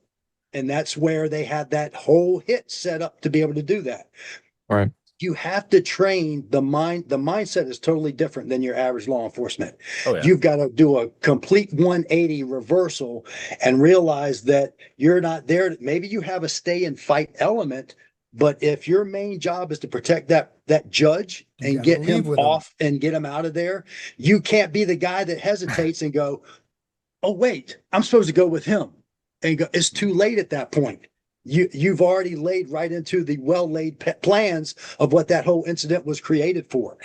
And if you don't experience it, train it, understand all the mechanics and all the tactics that are involved in it, and hone your craft to do that, then you're going to do a shitty job without a doubt. And the adversaries are going to bank that you're going to do what they expect you to do. And they're going to exploit that. Absolutely. That's what they do. See, and that's my point. But I see this all the time, and it's funny is I see on LinkedIn, and I know you see it too, Kevin. I've seen some of your stuff on there, but I see it on LinkedIn with all these groups that consider themselves these protection specialists, But to your point, they've never been placed into those situations. They're operating in there's no known threat, right? There's a general threat, and they're operating in a fairly, I don't want to say safe, but I want to say a fairly Permissive. benign environment, Very permissive. right? And we talked about this last time, and I remember you brought this up, is so then when they get thrown a roadblock on their route, right, and they have to reroute, and they're doing the high five because how well they pivoted and made decisions. Okay, well if that's the highlight, if that's the pinnacle of your success and your training, then you're ill prepared anyway. Yes. And what are you preparing for? That's what it comes down to. And because that's one of our heartaches that we see with the executive protection industry. And unfortunately, they kind of fall in the same category of non-exposure as law enforcement in regards to the mass attack situation. Yes. They haven't seen it. They haven't experienced. They don't have that knowledge base of recognizing what I'm looking at, what I'm seeing, and realize which way this is going to go. Yeah, the potential And of what it. I mean by that is most EP personnel that don't have that military background over there, or law enforcement tactical background or whatever, they just got into it. They were a plumber one day, and then they decided they wanted to be. They saw Kevin Costner in a movie, and they decided they wanted to be a bodyguard one the next day.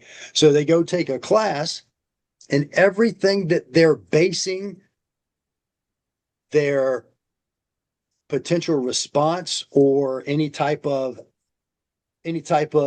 tactics that they may use, it's all theoretical. Everything is based on what they learned from someone, and they saw it in class, they saw it in a PowerPoint, they saw a movie on it, and everything is based on that.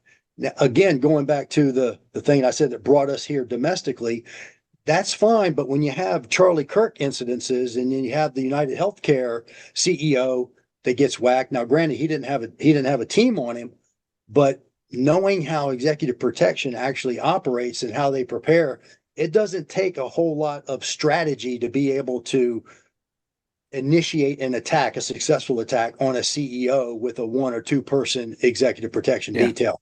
Well, they wouldn't have been It prepared for doesn't that take much. anyway, because he was the assassination on him, as we all know, occurred on a public street with no warning. I mean, it's on a New York street, right, where there's people walking. I mean, unless you're segregating this person, you know,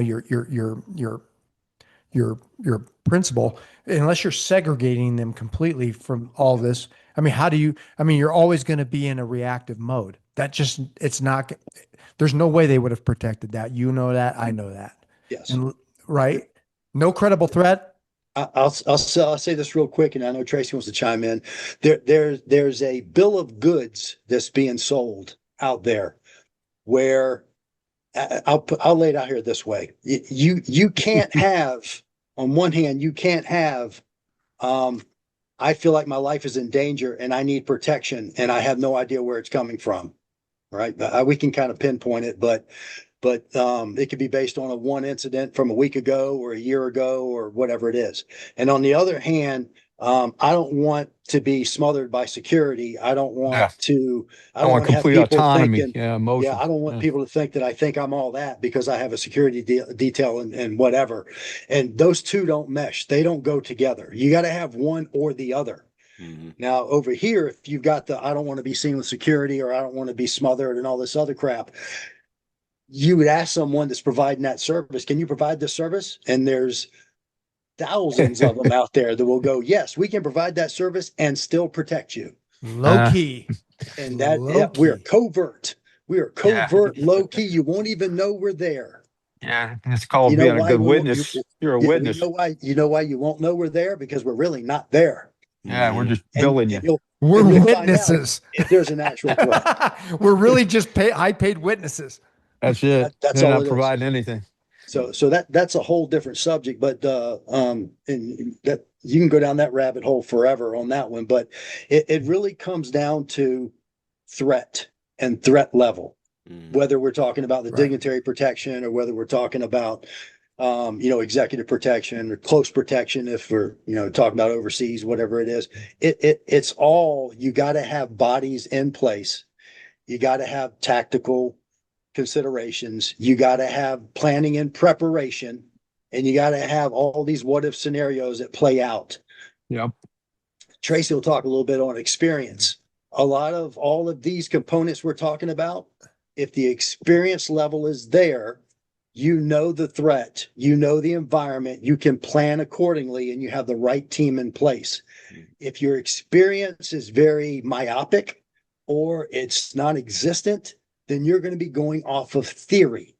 Yeah. However you learned, whatever was taught to you, that's what you're going to base your plan of action on, is going to be theory. And at this point in the game, with the threat landscape, the way it's changed, planning everything on theoretical outcomes is not the way to go. And those of us, whether we're talking about in the EP world or we're talking about in the dignitary protection for law enforcement, you can't be the ostrich with the head buried in the sand and thinking that everything's going to be okay. when something that is structured from highly capable individuals come after you and your person, or come after you, you are the objective, that you think you're magically going to come up with the answer because of you training and having experience with something that has absolutely nothing to do with the incident we're talking about. You think something magically is going to happen. Everybody becomes John Wick. There you go. So, so go ahead, Tracy. Go ahead. You had something? No, no, Tracy, that's go ahead. I didn't want to interrupt you. No, you're not interrupting me. I'm just throwing in babble because that's what I do. Yeah. So Tradecraft. show me the share your screen, because I've got the video over here, but I'm looking for the share your screen Outstanding. button. So on the Where's that at? so the share your screen is this green arrow on the bottom. It says share. You see Yeah, that down at the okay. bottom? I think I have to get permission. Yep. There we go. Send Allow, request. and it's coming up. There you go. All right, let me go back to this thing.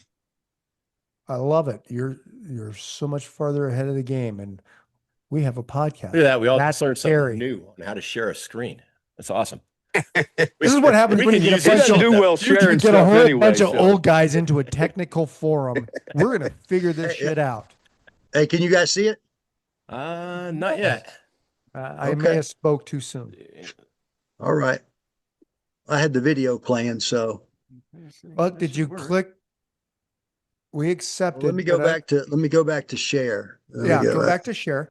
Johnny So I hit or share, share. either one. All right. And so I've got, There. It is. There we There we go. Here we go. all right, let's see what we got now. Let's see if I can get I back can to see this your thing. screen, There you go. and that's a great picture. Isn't that nice? Very touchy-feely. It's what I would expect of you. But that great fish in there. Here we go. Loving this. So we got to turn on the sound now. Let's see. My sound's going.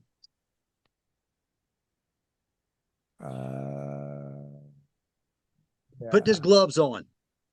Put his gloves on. So we don't really need the sound. I love the sound because it creates the chaos that we're looking for. Does that make sense? But I'd say, can you pause it right here real quick, Kevin? and I just think we just need to click our sound. Yep. So- now I have sound. You guys don't have sound? We don't have sound. I'm gonna see if I can figure that out. But meanwhile, just for the background on this, Rundown. the background on this is these guys respond. This primary officer here responds to a shots fired call where multiple people have been shot in Yes. an apartment. And as he responds, he thinks that this dude that's down right here is one of the victims. Yes. Mhm.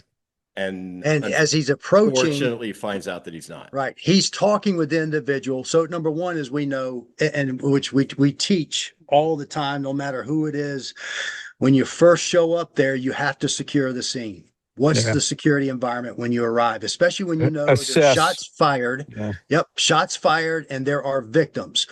So, and not to be, rest in peace, like talking about the dead, but again, this is to prevent these things from happening. Arriving and getting out of your vehicle and putting your gloves on shots fired, and there's several victims. I don't Just know what don't else make to be said sense. about that. Yeah, Right. doesn't So make he's sense. asking, you don't have the volume. He's asking, is there anyone else shot? Mhm. Let me go back and just see what else he says here real quick. All right. So that's from inside the apartment. She's yelling. Well, and he just killed the cop. is, yeah, and there is closed captioning, so people. I'm can going to kinda advance see it. this right here.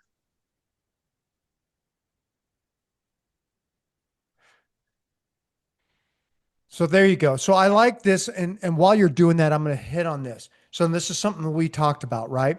So we have an officer down. People have called 911, right? Saying that he's been shot. We have a fire department that shows up. We have no other police response units on scene yet. So we have a fire department on scene. They show up and they're doing what they're trained to do, right? They're moving up towards what they wants to think go is the treat. victim. Right. And they end up getting shot at, okay? And now they have to fall back, right? So they fall back and they're waiting for response from law enforcement. Now, here's where law enforcement responds. And we have some things that we want to talk about, but I want to hear what you guys have from your side of it also. So this is the officers responding. They're getting their gear out. They're doing what they got to do. Yeah. So like, let's Watch this for a second here.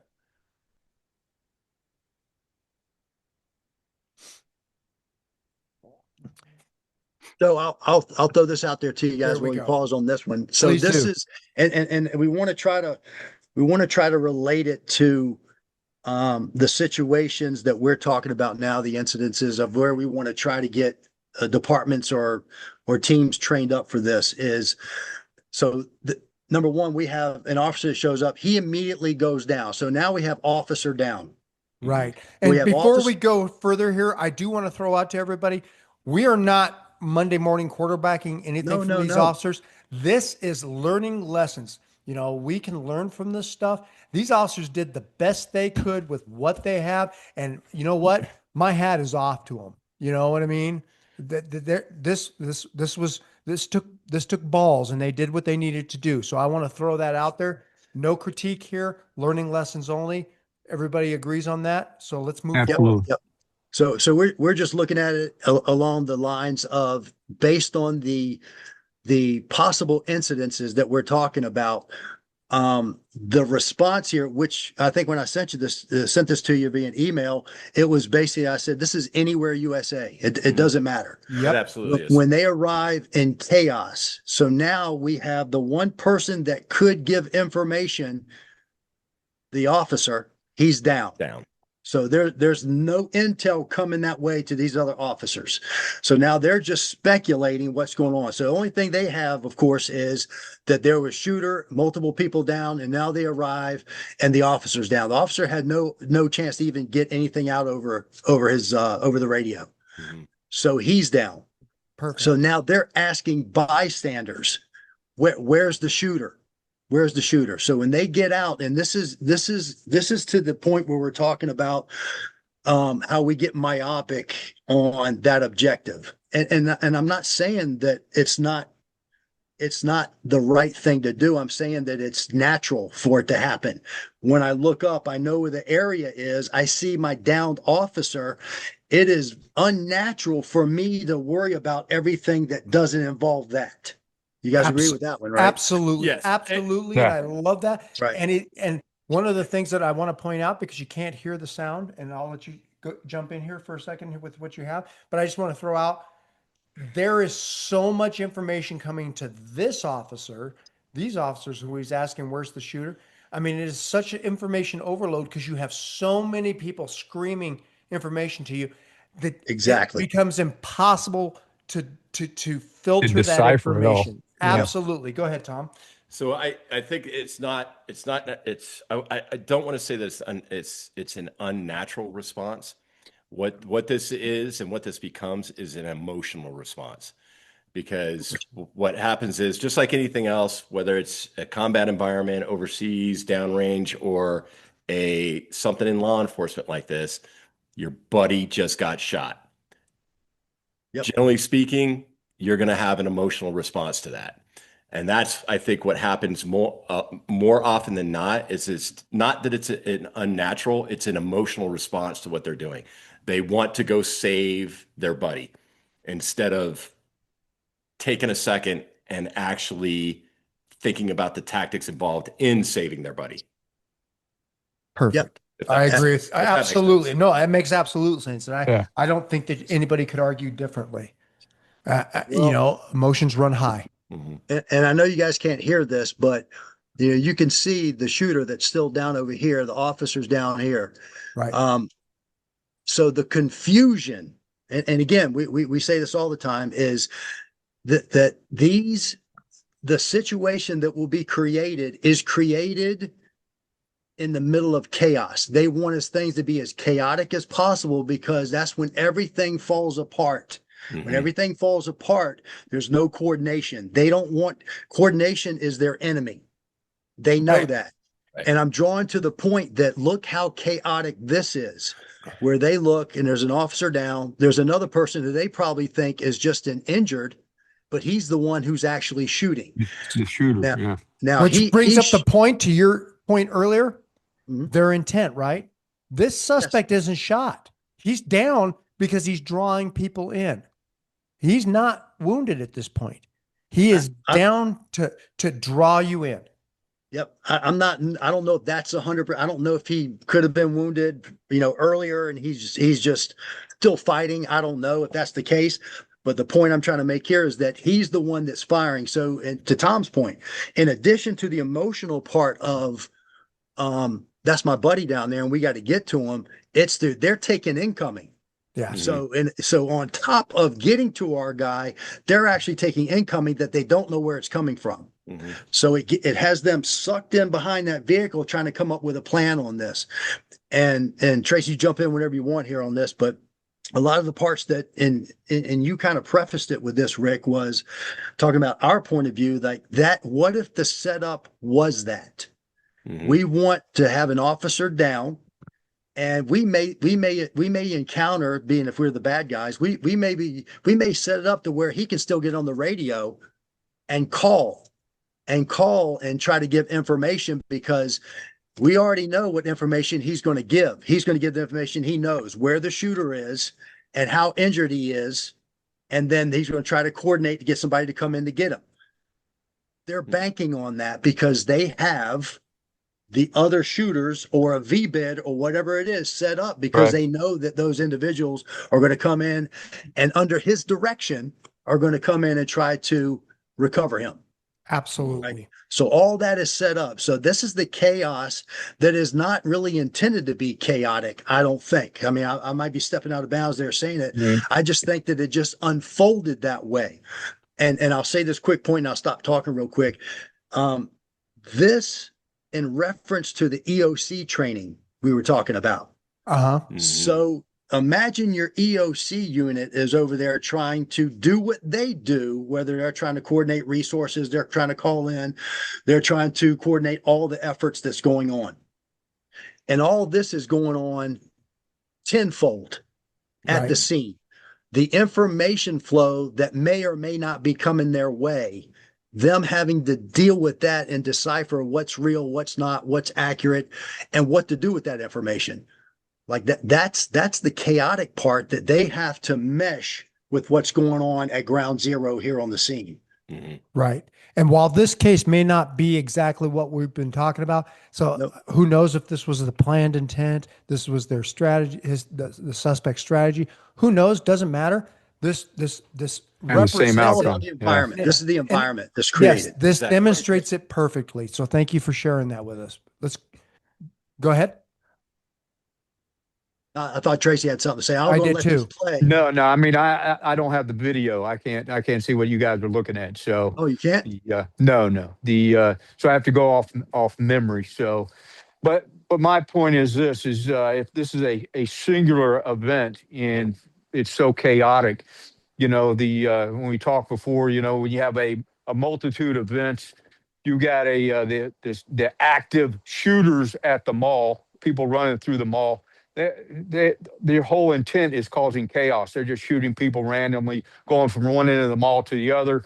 The police department, they get the call, they start heading that direction. You got patrol officers going. They're probably going to, activate their SWAT guys. And then at the same time they're en route to that, right? You have somebody on the main road, right, hanging out of the sunroof, randomly shooting people in their cars as they're driving down the highway.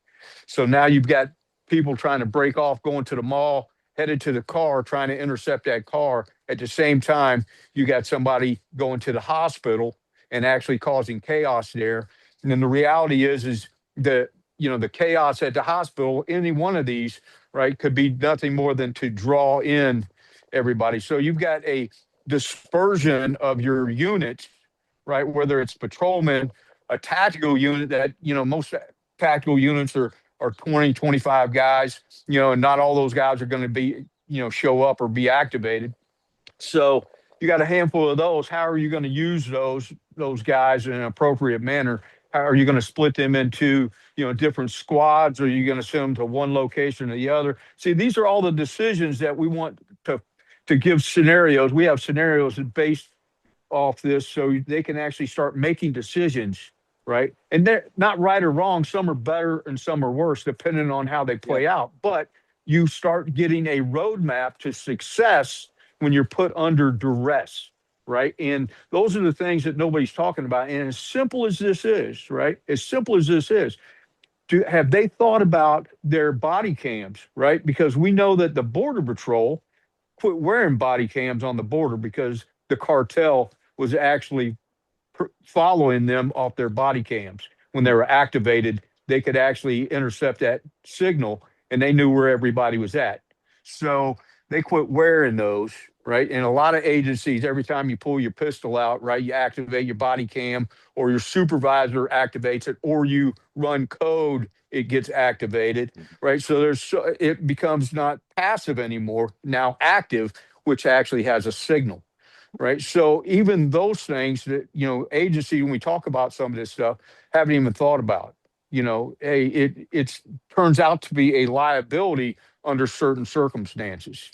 Well, and it's funny that you say that because, you know, we one of the things I think that happens in the law enforcement arena, in particular, is that we fail to keep up with technology to a certain degree. We'll utilize it, but if you remember back, that's why we went to encrypted radios, right? Because suspects were listening to radio traffic and they can pinpoint what our Right. tactics are, where we were.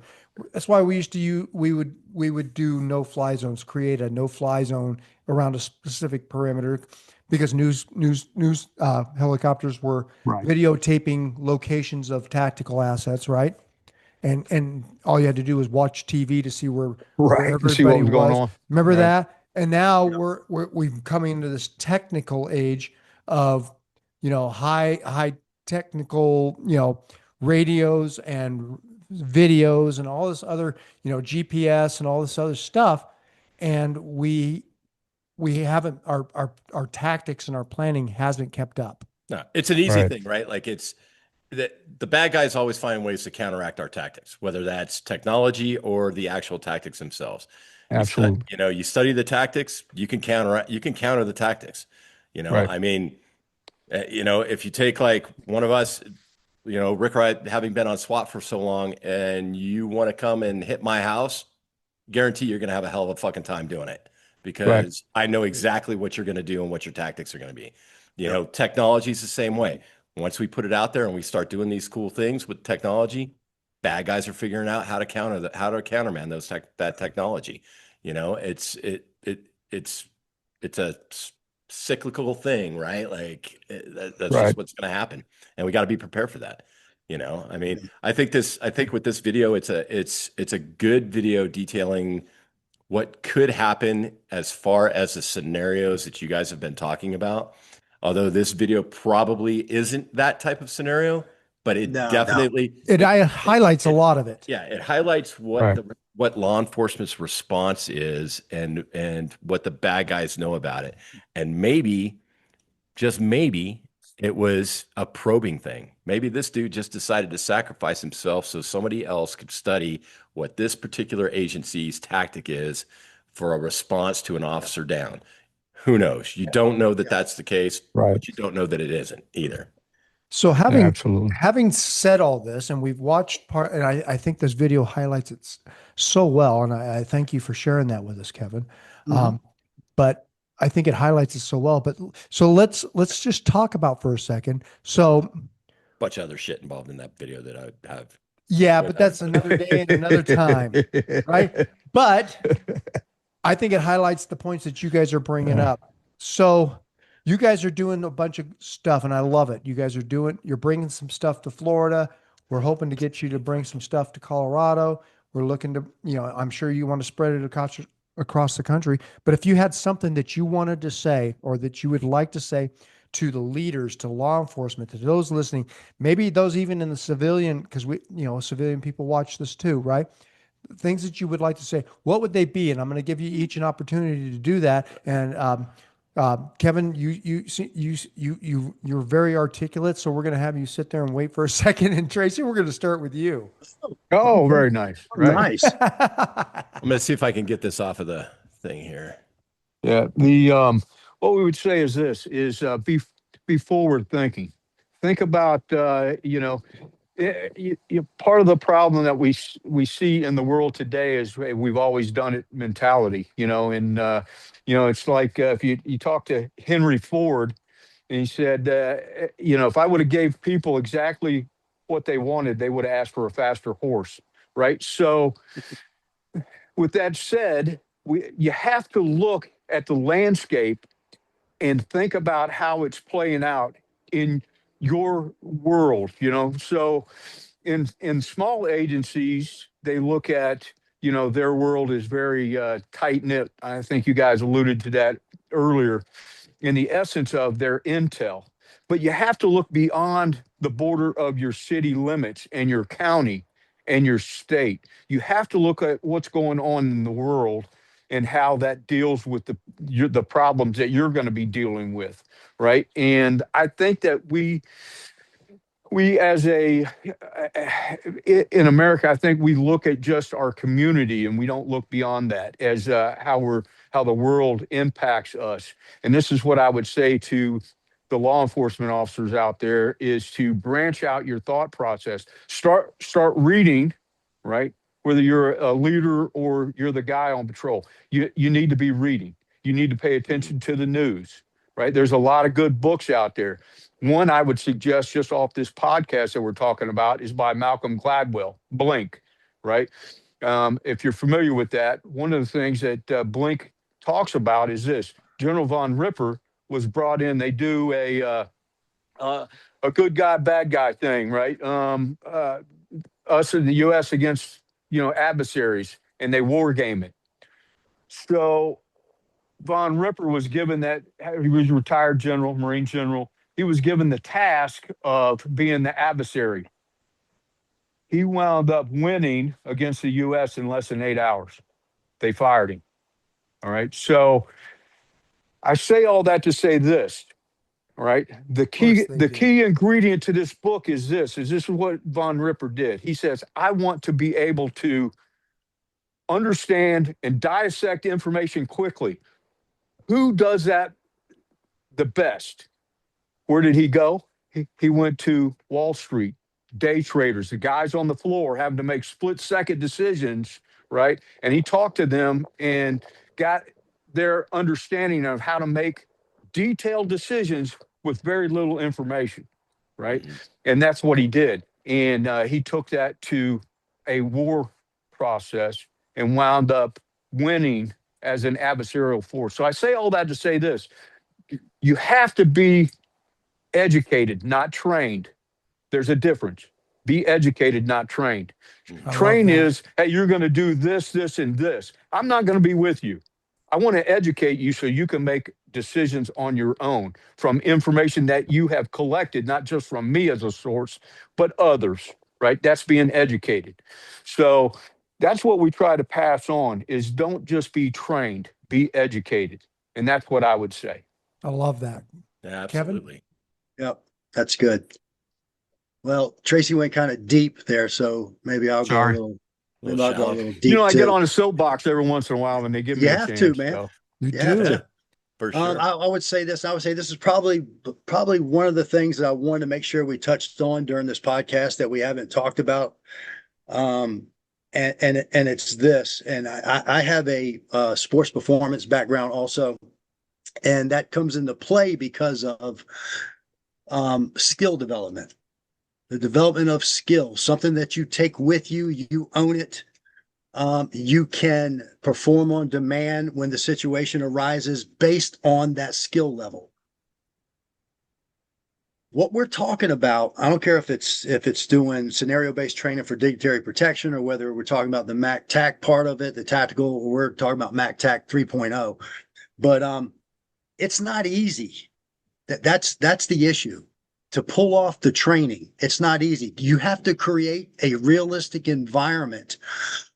It's just something as simple as going and shooting your weapon.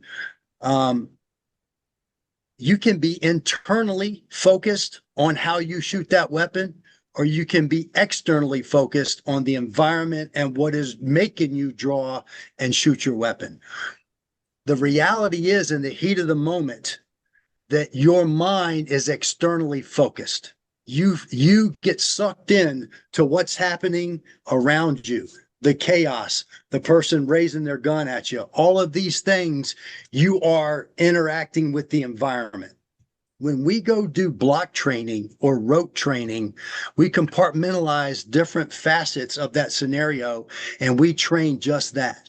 I'm gonna work on clearing my garment, getting a good grip onto my pistol, coming up through my 3-point draw. And I'm gonna go all these things. If I'm training that way all the time, I'm internally processing things and I'm hoping and banking that in the real scenario, that's going to happen automatically when my focus will not be on anything that I do. My focus will be on what's driving me to do what I'm doing and how that environment is unfolding in front of me. And if it's an ever changing environment, it's not cut and dry, point A to point B. It goes from A to R, back down to C, back to Z, and it just changes and fluctuates. To Tracy's point about learning on skill development, you have to be able to train and create adaptability in your training. You want to be able to say, it's not going to go from A to Z all in order, and the end result is always going to look like this. That's not going to happen. That's why you can only shoot but so much paper. That means you can only do but so much training where the drill goes exactly like it's supposed to, because now you're draining the drill, you're not obtaining the skill.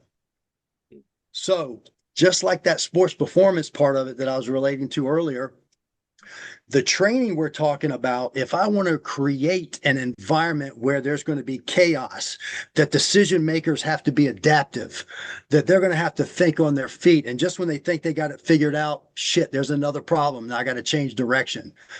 If for you to develop that skill to be able to do that, you have to be in that environment. You're either going to be in that environment when it really happens, or you're going to be in that environment during training. The good part is that when you develop or are exposed to all those physiological changes and all that shit you go through in the heat of the moment, you retain information and data of what went down and how it went down and what your choices were and what was that end result when you made those choices. That's the shit you retain. If it's not traumatic and dramatic, a lot of times you don't remember.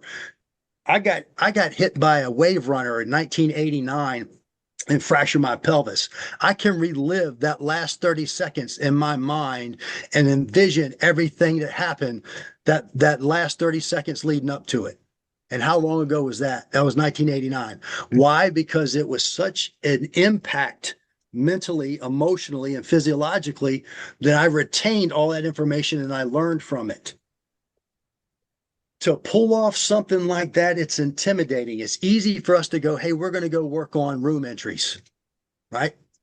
Tracy's been battling this and another element, doing some other training or doing some other setups for training. But what happens before you get to the door? Are there any considerations at all before you get to that door? Or do we just spend a lot of time at the breach point? You know, we're gonna set ourselves up. How much time do we spend moving to the call, exiting the vehicle, the approach? And when we train that, how about something happened during that approach that changed the whole freaking thing? And when my mind's thinking about entering that building that we just briefed so eloquently for the last whatever, and then all of a sudden when we get there, the scenario changed and we're not going in that building. We just found out that we're either in a foot chase or now we got to make an emergency entrance into the building next door because that's where the subject ran into, and we can't wait. We got to do an exigent freaking entry on that one. Like, we don't train that way, but that's shit that happens in real life. And when it happens, that's our exposure to it. Real life exposure. How do we expose ourselves to it prior to? Right. I love that. Yeah. And it's scenario-based training where it's got to be problem solving, adaptability, and chaos involved. It has to be. And it's not easy to pull off. No, My last point, because you just said this, I know you want to say something real quick, Rick, when you talked about how do you coordinate that EOC and the mutual aid agreements between this agency and that agency and whatever. It's not easy. It's not going to be perfect. But if you never address the problem and try to source out some type of response, it's not going to happen automatically. It may be something where I have to go, we got to work EOC, I got to work shift commanders. If I at least get them on the same sheet of music, and then I rely on departments to work on it on their own, maybe with some supplemental training or for someone that can come out and introduce that to them.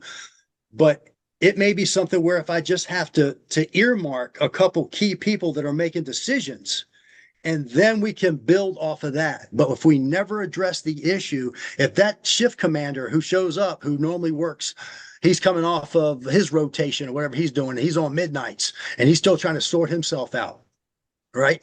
And then it happens during his shift. And he's the one that's on ground liaising with EOC, but he's got to command everybody that he's sending, and he's got to make sure they're squared away. You know what I mean? So maybe that's the pivot point. And again, I'm just spitballing this thing because we talk about it all the time. You're not going to get 5 agencies out there, and you're not going to get every shift commander. You're not going to get every possible person that could show up at the EOC. You're not going to get them during a training iteration. No. But you got to start exposing somebody in those areas to this type of environment. You got to start somewhere. Right. And I wanted to touch on something that you said, and I just want to kind of voice my thing here. I'm a real big, you talked about scenario training, and I love that. But one of the, based on my experience, and Tom, feel free to jump in if you disagree, but I think you're going to be on the same page. I have an issue when we talk about scenario training, because what comes out of scenario training, and I've seen it time and time again, us having taught many law enforcement officers, not just in the tactical realm, but even at the patrol level with patrol tactics and stuff like that. So when you do scenario training, so I would throw this out to people, if you're going to do scenario training, what we call scenario training, make it reality based. Okay. Scenario training means that we already have a pre-designated outcome. Does that make sense? You know, this is what, Absolutely. this is what we're going to, and if it doesn't end up like this, then we get all flustered and, discombobulated, and we start doing. Failure is good in training because it exposes the gaps, right? Make it reality based. Okay.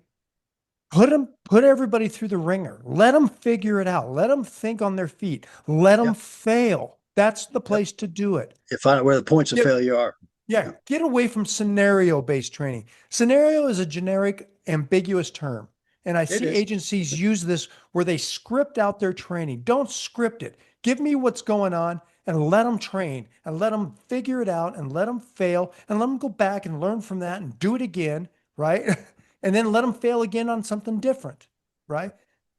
That it's been a big thing for us. Mm-hmm. Yeah. I guess everybody has their own experience as far as what, the term nowadays, everybody talks about, hey, words matter. Words mean things. But if you're setting up in a scenario, and that's in your world, and that's admirable, and to take that information because you have a negative connotation to that when you hear it, right? So for us, when we go scenario, we're going to draw the incident out for you the way it's going to unfold. That's your first phase. Yeah. This is scenario. This is what you're getting, the information you're getting. We'll push play at that point. It doesn't mean that it's going to continue that way, and you have to bring all of those changes in, and you got to have, injured officers. You got to have injured bystanders. Is that going to happen? You're going to have first responders of the medical, on the medical side, firefighters or paramedics showing up. Are they going to be there? All these considerations have to come into play, and we're going to draw the picture for you, and then we will let it unfold depending on what the actions are, and that's basically what happens. Right. That's reality-based training right there. Mm-hmm. Yeah, reality-based training. Right. Yep, that's all we're doing.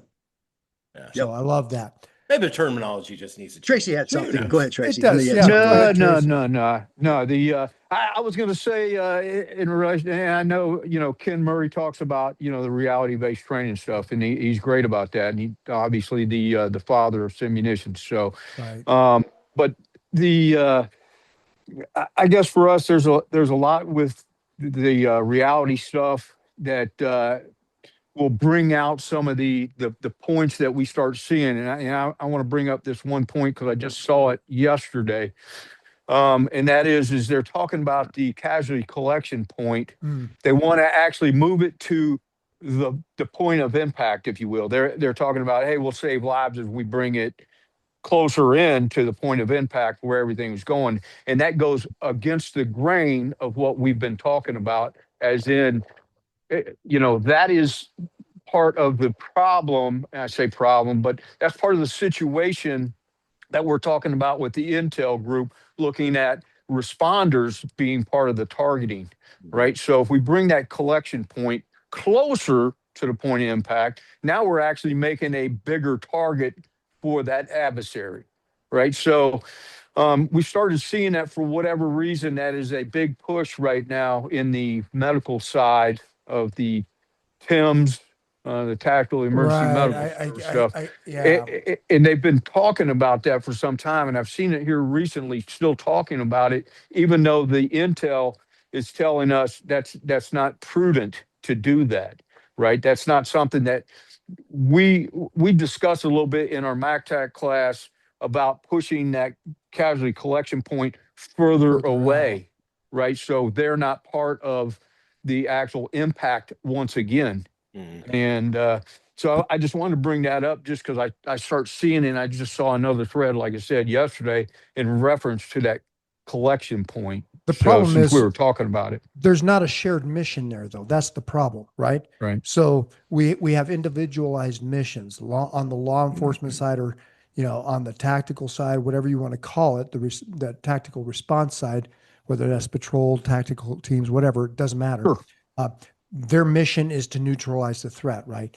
And the medical mission is to save lives by providing or rendering care faster, right?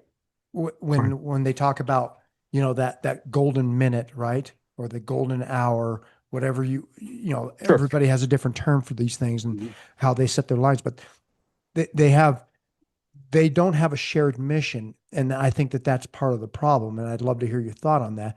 But I think that's part of the problem because they want to push in closer because that allows them the ability in their minds, right, based on what their objectives and what their mission is to save lives. I get closer. I'm Right. those wasted seconds, precious moments, right? We're able to respond quicker and save more lives. Okay. Whether that's reality or not, I don't. Yeah, and no one will know. And each event will be different. But part of that is, I think, is needed to train police officers in self-care a little bit better than we do, that I have seen. And if you guys have seen something different over the years, please chime in there. But that self-care, the other side of that is someone, right? And that's part of the training and education episode of all this, is be educated enough to know what you're actually seeing out there as a patrolman. Because like we talked about at the very beginning of this, you're going to be the first on the scene. You are the one that's going to actually start setting things in motion, right?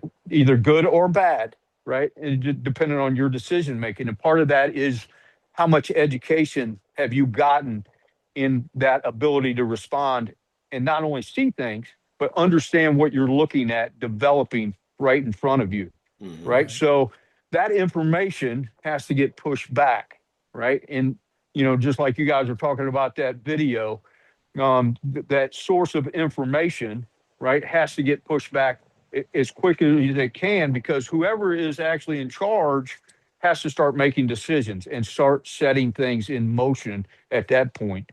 I think a lot of times that doesn't happen until they get on the scene instead of en route, because you guys know your areas. I guarantee you, if you got a call at a certain location, you guys know, hey, I need to be one block, to the left or to the right or whatever. I need to start setting something up there because I know that's either an egress point or an ingress point. Whatever it is, your area.